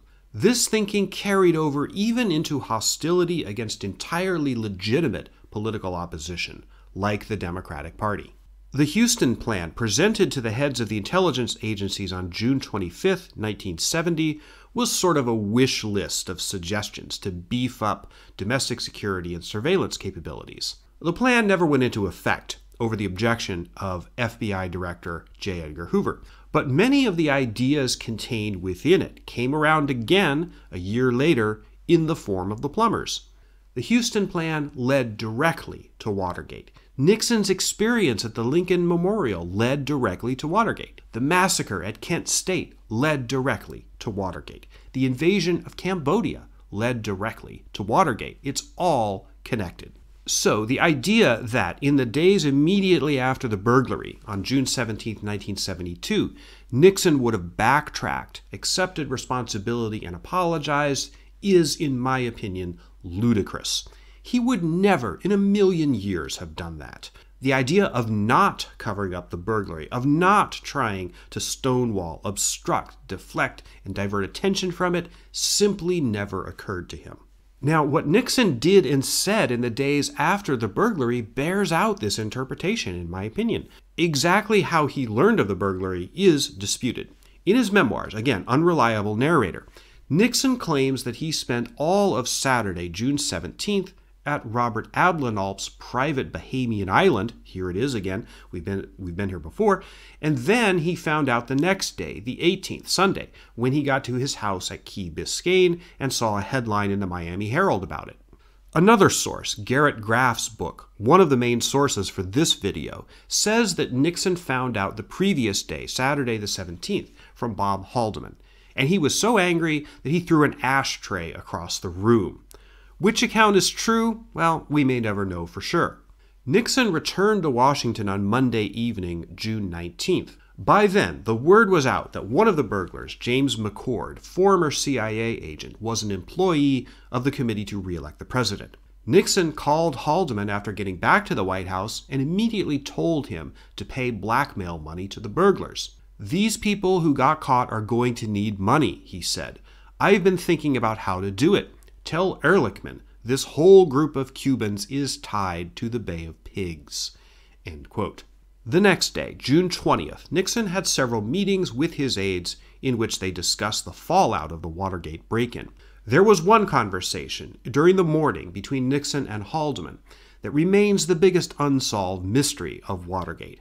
18 minutes and 30 seconds of that conversation were subsequently erased. How and by whom is a question I'm going to get to in the next chapter briefly, but as fascinating as it is, it didn't end up changing that much in the end.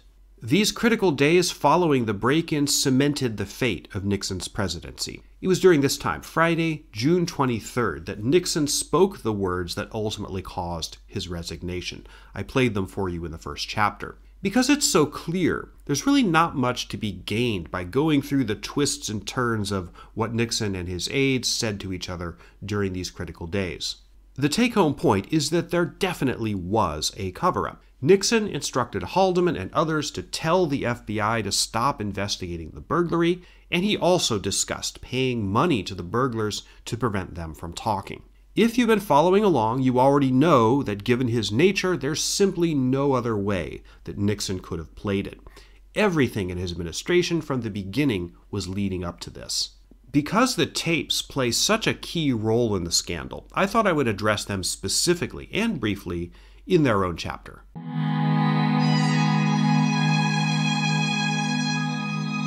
This chapter doesn't really have a lot of geographical content. A little, not a lot. This is, of course, the White House. It's where most, though not all, of the key conversations in the Watergate scandal were recorded. You should note that while many of the most famous tapes were made in the Oval Office, Nixon also had another office in the Executive Office building.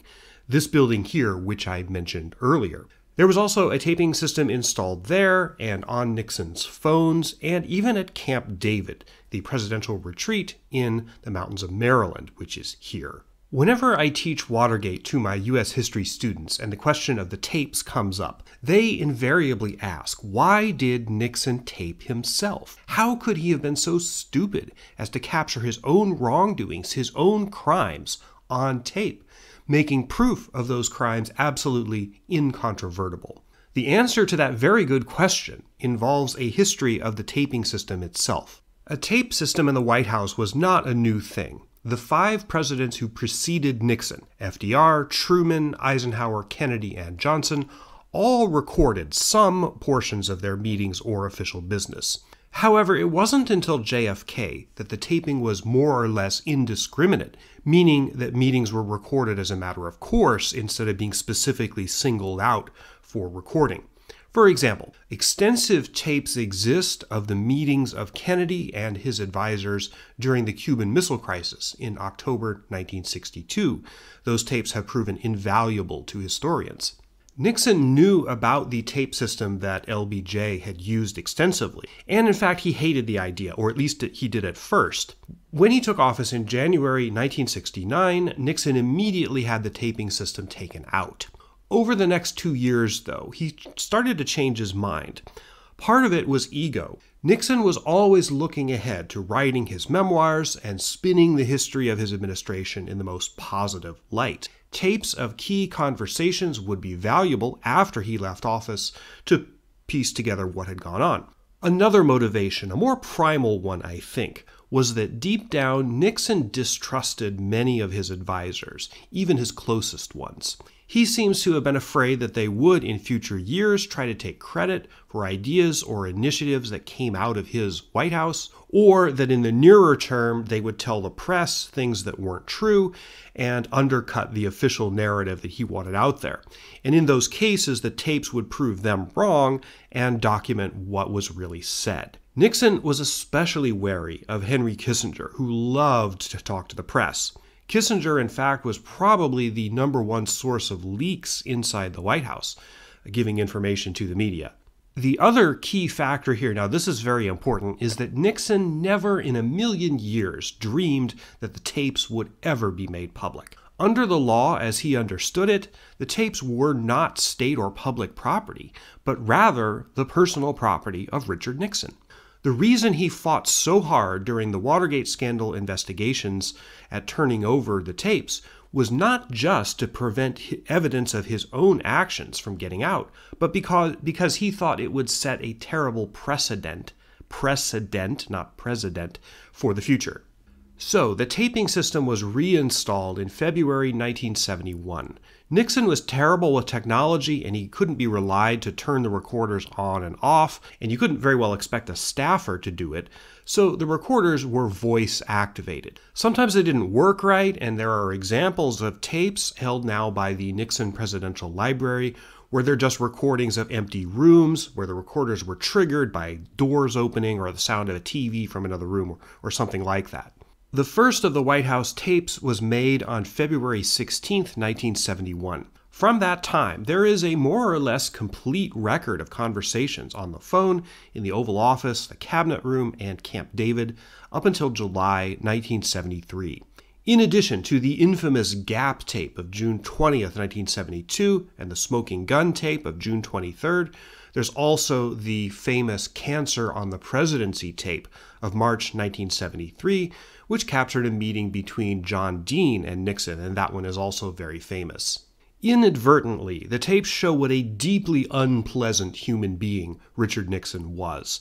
He grunted and yelled at his aides. He swore a lot. The term expletive deleted, which appears in the transcripts of the tapes that Nixon tried to placate congressional investigators with, became infamous in 1973 and 74. Nixon was anti-Semitic. On July 3, 1971, during the most feverish period of paranoia after the release of the Pentagon Papers, Nixon told Haldeman, quote, "I want a look at any sensitive areas where Jews are involved. Most Jews are disloyal," end quote. But most of all, the tapes are boring. A conversation with Richard Nixon was, in most cases, cyclical. In the course of making this video, I've listened to a lot of Nixon conversations on tape, and it's impossible not to browse cute dog pictures on Instagram while doing it because it's just so dull. He'd talk about something, he'd wander around to another topic, then another, then come back around to where he started, often with the same words. The tapes show very clearly what was on Nixon's mind because he talks about the same things over and over and over again. I don't think it would have been glamorous or exciting to have been one of Nixon's close aides. I think it was incredibly banal and repetitive. The taping system came to an abrupt end on July 13, 1973. That was during the Senate hearings on Watergate. Alexander Butterfield, a mid-level White House aide, provided testimony to the committee behind closed doors prior to his scheduled public appearance. One of Butterfield's duties at the White House was to look after the tape recorders. Now, he thought the committee already knew about the taping system and that he was just there to corroborate it. He was shocked to realize how shocked the investigators were when he told them about the tapes. Butterfield's public testimony was the major bombshell of the whole Watergate affair. Now that the investigators knew there were tapes, the whole focus of the investigation shifted toward getting them, and most of the political and court battles in the later stages of Watergate were centered around that issue. When I teach this subject, my students often ask me, why didn't Nixon just destroy the tapes? In fact, David Frost asked that question point blank to Nixon in his famous 1977 interviews. There are a couple of reasons why he didn't do that. First, once knowledge of the tapes came out, burning or otherwise destroying them intentionally would have been a felony, a crime that could, in many cases, be easily proven and would be tantamount to a public admission by Nixon that he had done something wrong. Throughout the scandal, Nixon insisted that he had done nothing wrong. Burning the tapes would have undermined that argument. Secondly, it appears that for a time, Nixon, or someone close to him, did think of trying to destroy the tapes. There's been much speculation about how the 18.5-minute gap got onto that tape of the June 20th, 1972 conversation. There are various theories, but here's the one that I think makes the most sense. In the fall of 1973, the Watergate special prosecutor, Leon Jaworski, he was the second one after the previous one, Archibald Cox, got fired in the Saturday Night Massacre. Anyway, he issued a subpoena for a list of White House tapes. As it turned out, the June 20th, 1972 conversation that ended up with the gap on it was the very first conversation on the list. Before the subpoenas, neither Nixon nor anyone else had really gone back to listen to what was on the tapes. Why would they? Up until now, they never really expected them to come out. So this particular one, the June 20th conversation, was probably the first one that Nixon listened to, because it was the first one listed. Whatever was on that tape, once he listened to it, he realized that it showed there was a cover-up. So Nixon, who, as you recall, was terrible with anything mechanical, called his secretary, Rosemary Woods. Together, they hit the record button and taped over the problematic part of the conversation, which turned out to be 18.5 minutes. Woods later claimed to investigators that she accidentally erased the tape by pressing a foot pedal on the tape recording control device at her desk, and there's this famous photo of her demonstrating that. This was done supposedly while she was transcribing it. No one really believed this was how it happened. So after vandalizing the first tape, then they moved on to the second tape on the list. When Nixon heard it, he realized there was stuff on that one that was just as incriminating, and probably on the third tape and the fourth, etc., etc. So quickly he realized that everything was problematic. The only solution was to prevent the tapes from coming out at all, and so they quickly abandoned the scheme to erase the problematic parts of it, which is why there's only one. This interpretation is supported by an account given by Rosemary Woods years later. So because I think this is how it happened, I also think that whatever was concealed on that 18.5-minute gap, it really wasn't worse than anything else, like the June 23rd smoking gun tape. Nixon made lots of incriminating statements on the tapes, but that was just the first one that they happened to listen to, before they realized that erasure wasn't a good strategy. In the fall of 1973, with the special prosecutor and congressional committees breathing down his neck, Nixon couldn't make things worse for himself by destroying the evidence. He had to keep the tapes from being made public to the extent he could. When that strategy finally failed at the end of July 1974, there was nowhere else to go.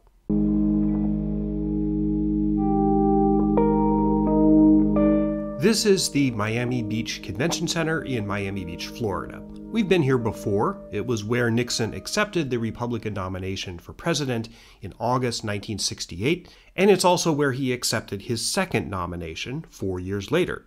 Interestingly, the Democratic convention was also held in this same building in the summer of 1972. If G. Gordon Liddy's weird schemes had been approved, this is where the honeypot sex worker entrapment caper would have gone down. One of the great ironies of Watergate is that it was done in part to disrupt Nixon's political opponents, the Democrats, but in reality Nixon had very little to fear from the 1972 Democratic nominee for president, George McGovern. Few major party presidential candidates have ever been as inept or as plagued by bad luck. McGovern was a weak campaigner, a poor communicator, and a largely incompetent political strategist. His main line of attack against Nixon was to criticize his handling of the Vietnam War.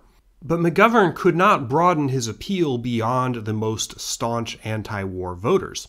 A significant number of people who did oppose the war voted for Nixon. By fall 1972, the Paris peace talks, yes, they were still going on, seemed to be making significant progress. So it wasn't like the war was going to go on forever.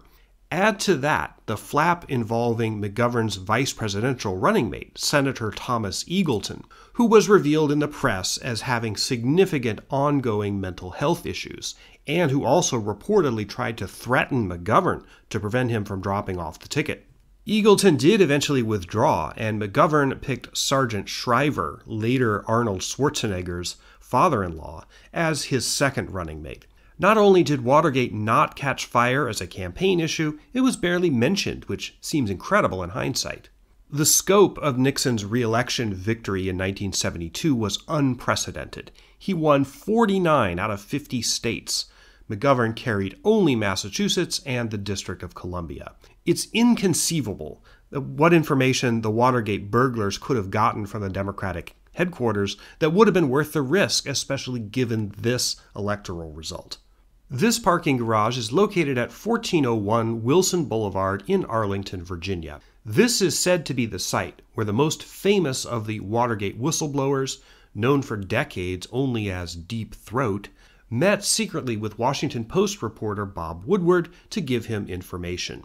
These meetings are famously portrayed in the classic 1976 film about Watergate, All the President's Men, where Hal Holbrook stands around looking shady in a trench coat and tells Woodward in a croaky voice to follow the money. Woodward kept the identity of Deep Throat secret for decades. In 2005, it was revealed that it was FBI Deputy Director Mark Felt, to pretty much no one's surprise. Felt had long been suspected of being the source. Supposedly, Woodward tipped off Felt when he wanted a meeting by putting a small red flag in a flower pot on the balcony of his apartment building, which was here at 1718 P Street Northwest. The building has been remodeled since that time, so I don't think it looks like it did then. There is some question about whether this cloak and dagger stuff really went down the way that Woodward and Bernstein wrote about it in their book, All the President's Men, which is neither a complete nor even a particularly illuminating story of Watergate. Most of the traditional stories of the scandal, when they get to the burglary, then essentially turn into detective stories about how reporters, the special prosecutors, and the congressional investigators put together the myriad clues and figured out the totality, or at least something of the larger picture of what the Nixon White House had been doing. All the President's Men, both the book and the movie version, are exemplars of this detective story approach. I understand why the story, when it's told this way, is compelling. There were fascinating clues, especially in the trail of financial information that linked the Watergate burglars to CREEP, the Committee to Re-elect the President. That story was the principal one that Washington Post reporters Woodward and Bernstein covered in 1972 and 73. Incidentally, this is where they worked. This building was the headquarters of the Washington Post at that time. The building no longer exists. It was torn down just a few years ago, and the street view you're seeing on screen is from 2011.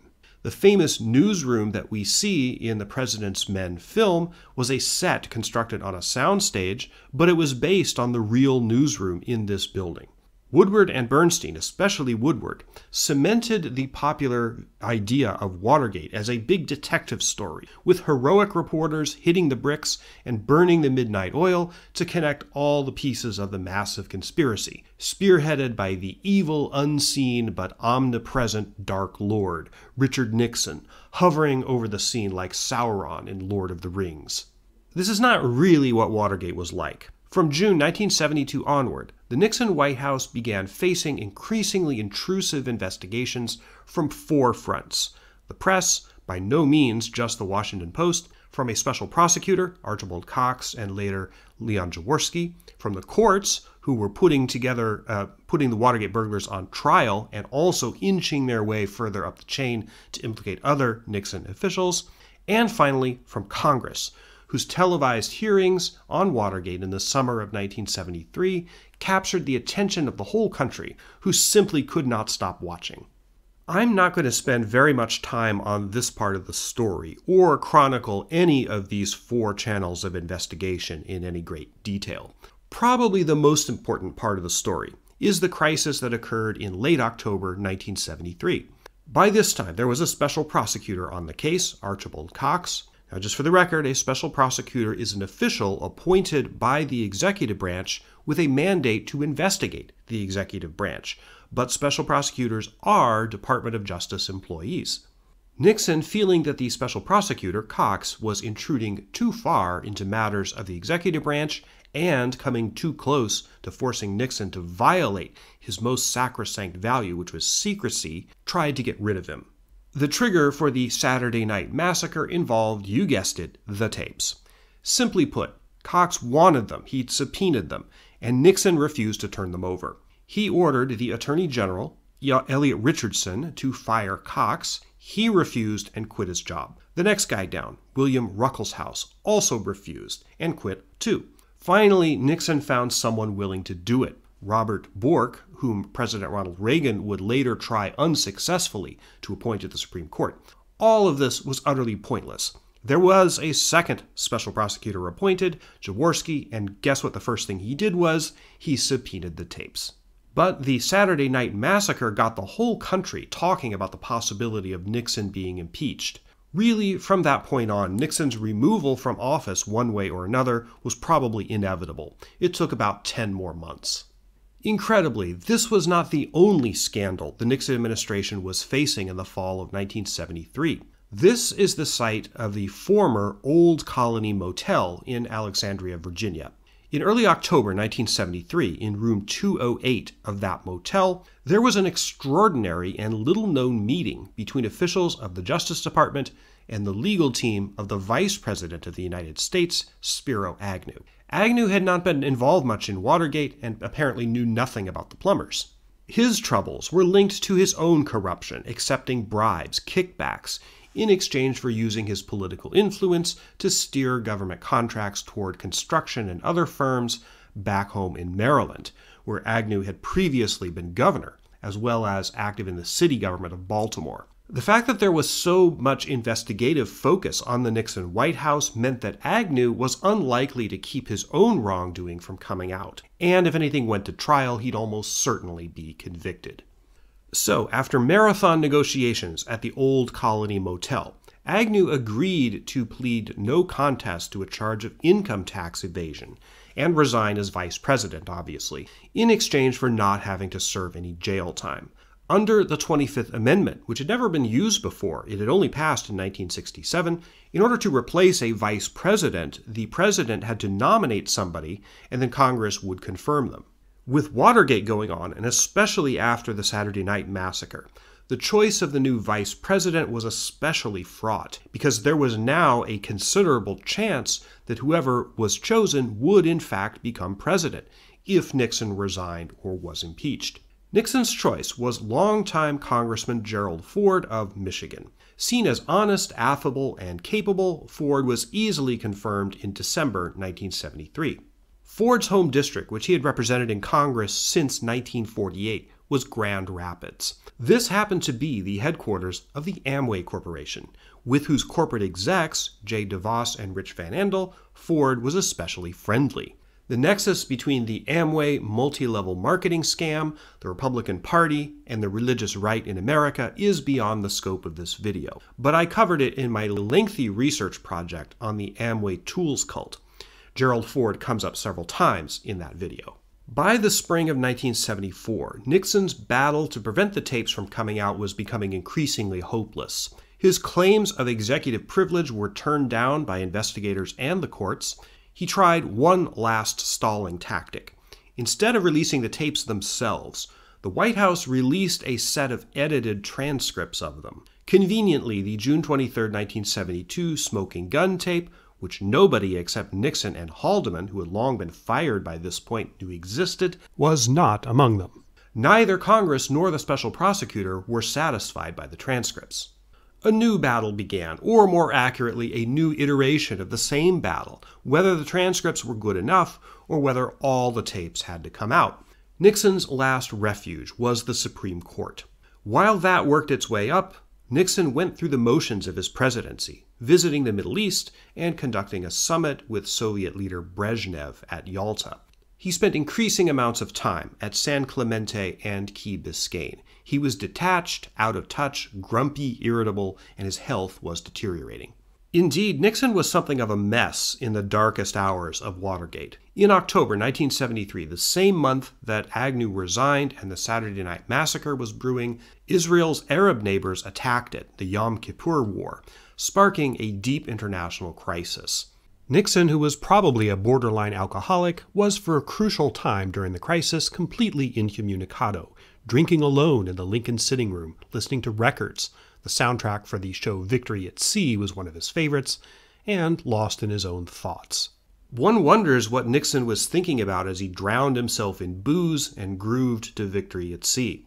The question, how did it come to this, was probably on his mind. Or maybe he was trying to avoid thinking about Watergate at all.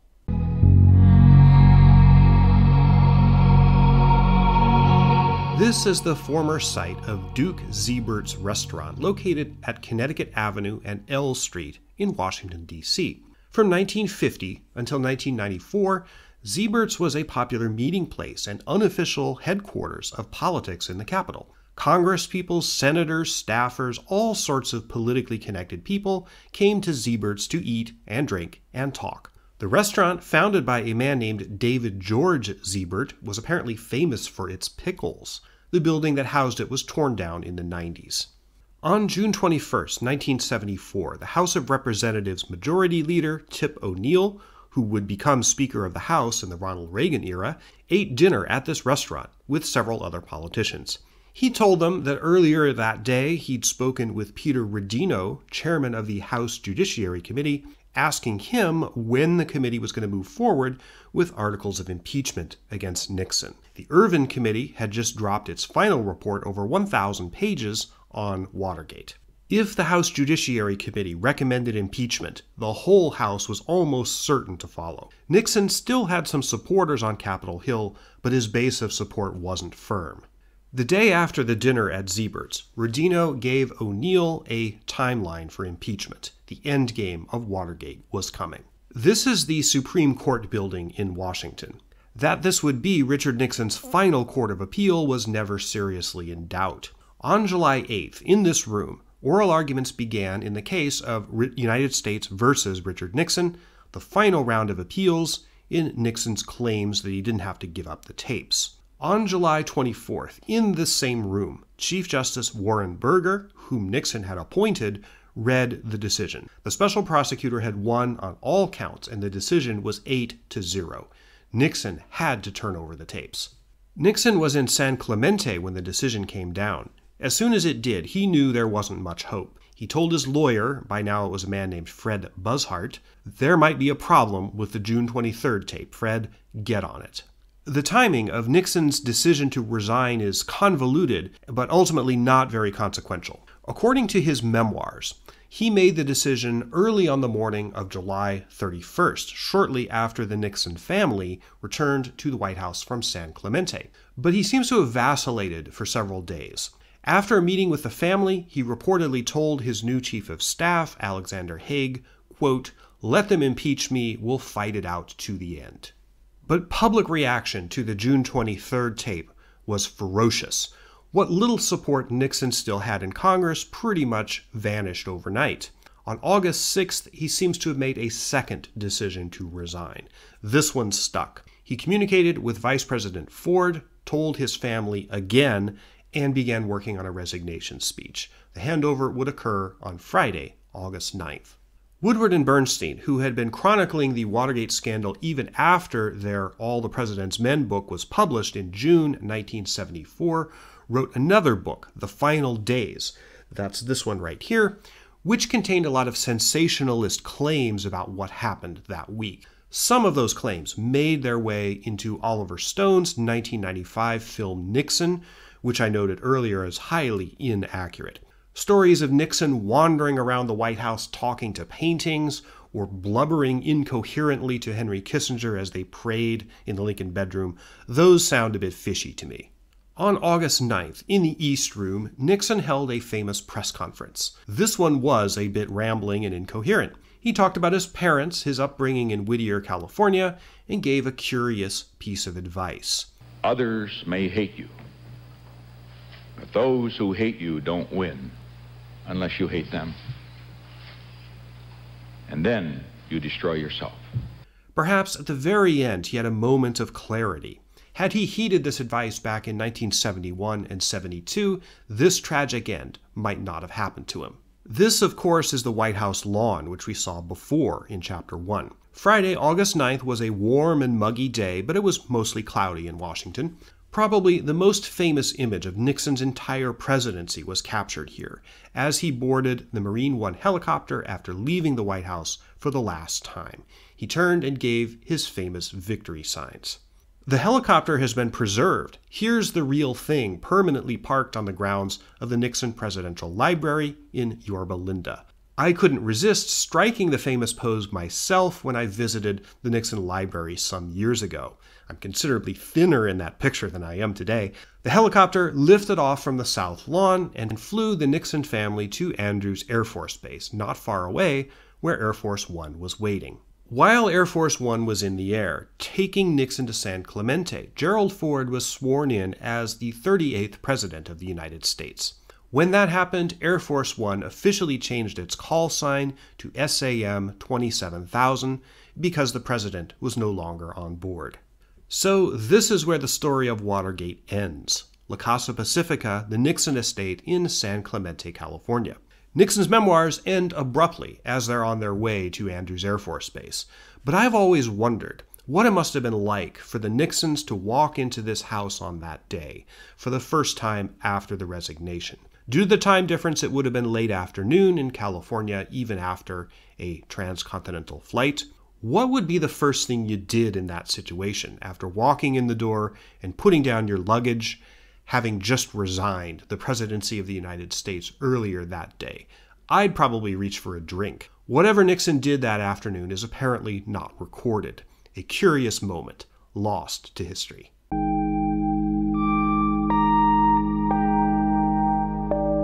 This is the federal prison camp at Montgomery, Alabama, located on the grounds of Maxwell Air Force Base. It's a minimum security prison, primarily for white-collar criminals. Two prominent participants in the Watergate scandal, John Mitchell, former Attorney General and Nixon's close friend and head of CREEP, and Charles Colson, the aide who came up with the Brookings Institution bombing scheme, served time at this prison after their convictions on various charges. Colson served 7 months here, Mitchell 19 months. Watergate defendants served time at various federal prisons all over the U.S. This one is just a representative example. A total of 22 people were convicted of Watergate-related crimes, including the 5 burglars themselves, their main ringleaders, Howard Hunt and Gordon Liddy, Egil Krogh, who headed the Plumbers division, John Dean, who got a reduced sentence for turning state's evidence, Haldeman and Ehrlichman, Nixon's chief lieutenants, and several others. The post-prison trajectory of several of the Watergate defendants followed eerily similar patterns. Several of them became born-again Christians while in prison. Many of them wrote memoirs about the scandal. John Dean was probably the most successful of the memoirists. Ehrlichman wrote a few spy novels. Hunt also returned to that trade after getting out. Liddy became born again in a totally different sense. He found a career as a provocateur on conservative talk radio, at one point urging listeners to assassinate law enforcement officers. He died in 2021.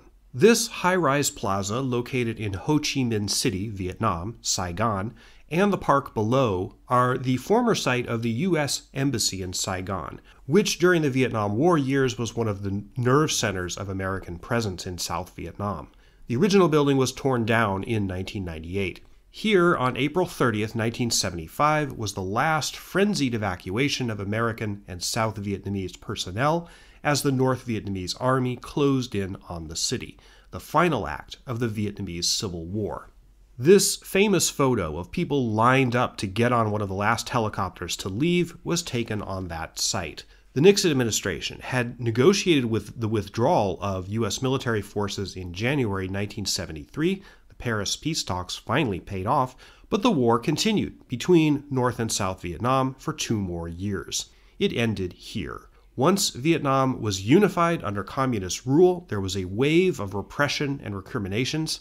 Some South Vietnamese officials who had helped the U.S. remained in prison camps in the Vietnamese countryside as late as the year 2000.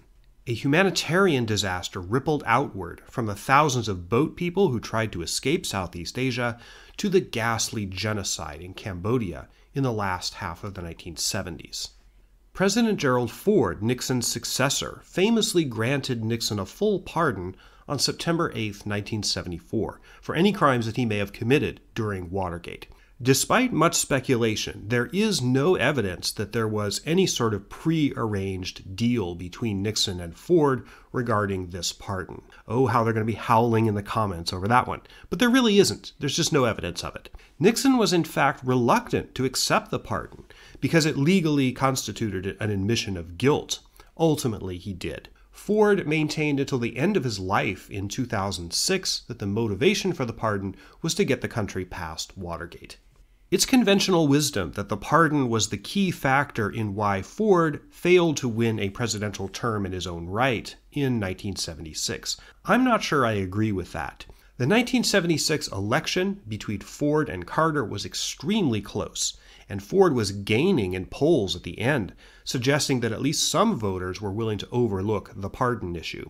Nevertheless, whatever the reason for his defeat, Ford toyed with the idea of making a comeback in 1980, which led to a momentous decision at the 1980 Republican Convention in Detroit.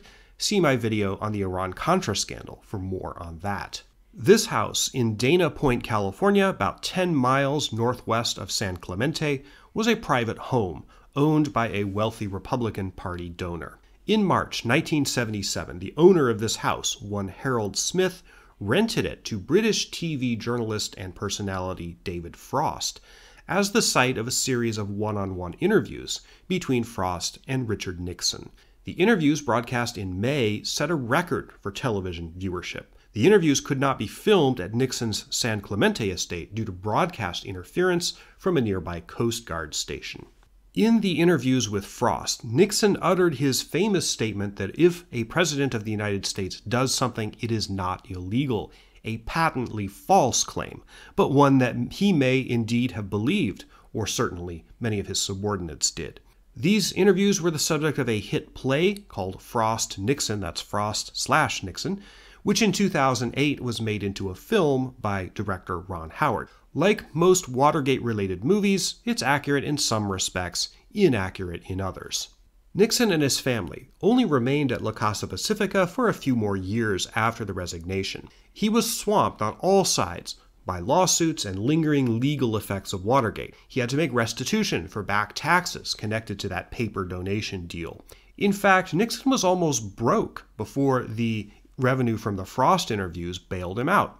After writing his memoirs in 1978, Nixon sold the San Clemente estate in 1979 and moved briefly to New York City. In 1982, for some inexplicable reason, he moved here to a wealthy gated community in Park Ridge, New Jersey. Humorist Dave Barry made the obvious joke that moving to New Jersey meant that Nixon lived the rest of his life in a state of utter disgrace. Whether Nixon's reputation was rehabilitated or not depends largely on your political point of view, though the mainstream press usually treated him as an elder statesman. He wrote some books, principally on foreign policy. He was frequently consulted on foreign policy matters by subsequent presidents, and he made many foreign trips. He even returned to China, a sequel to his famous 1972 tour. The Nixon Presidential Library, from which you've seen many images in this video, opened in 1990. On April 18, 1994, Nixon suffered a stroke at his Park Ridge home. Taken to a hospital, he hovered near death for several days and gave up the ghost on April 22nd. A replica of Nixon's study in his final home was built at the Nixon Library, arranged exactly as he left it the night of his fatal stroke, down to the exact books that were sitting on his desk. You're looking at that replica right now. As you know, Nixon was buried on the grounds of the library, mere feet from the house where he was born. His wife, Pat, had preceded him in death a few months earlier.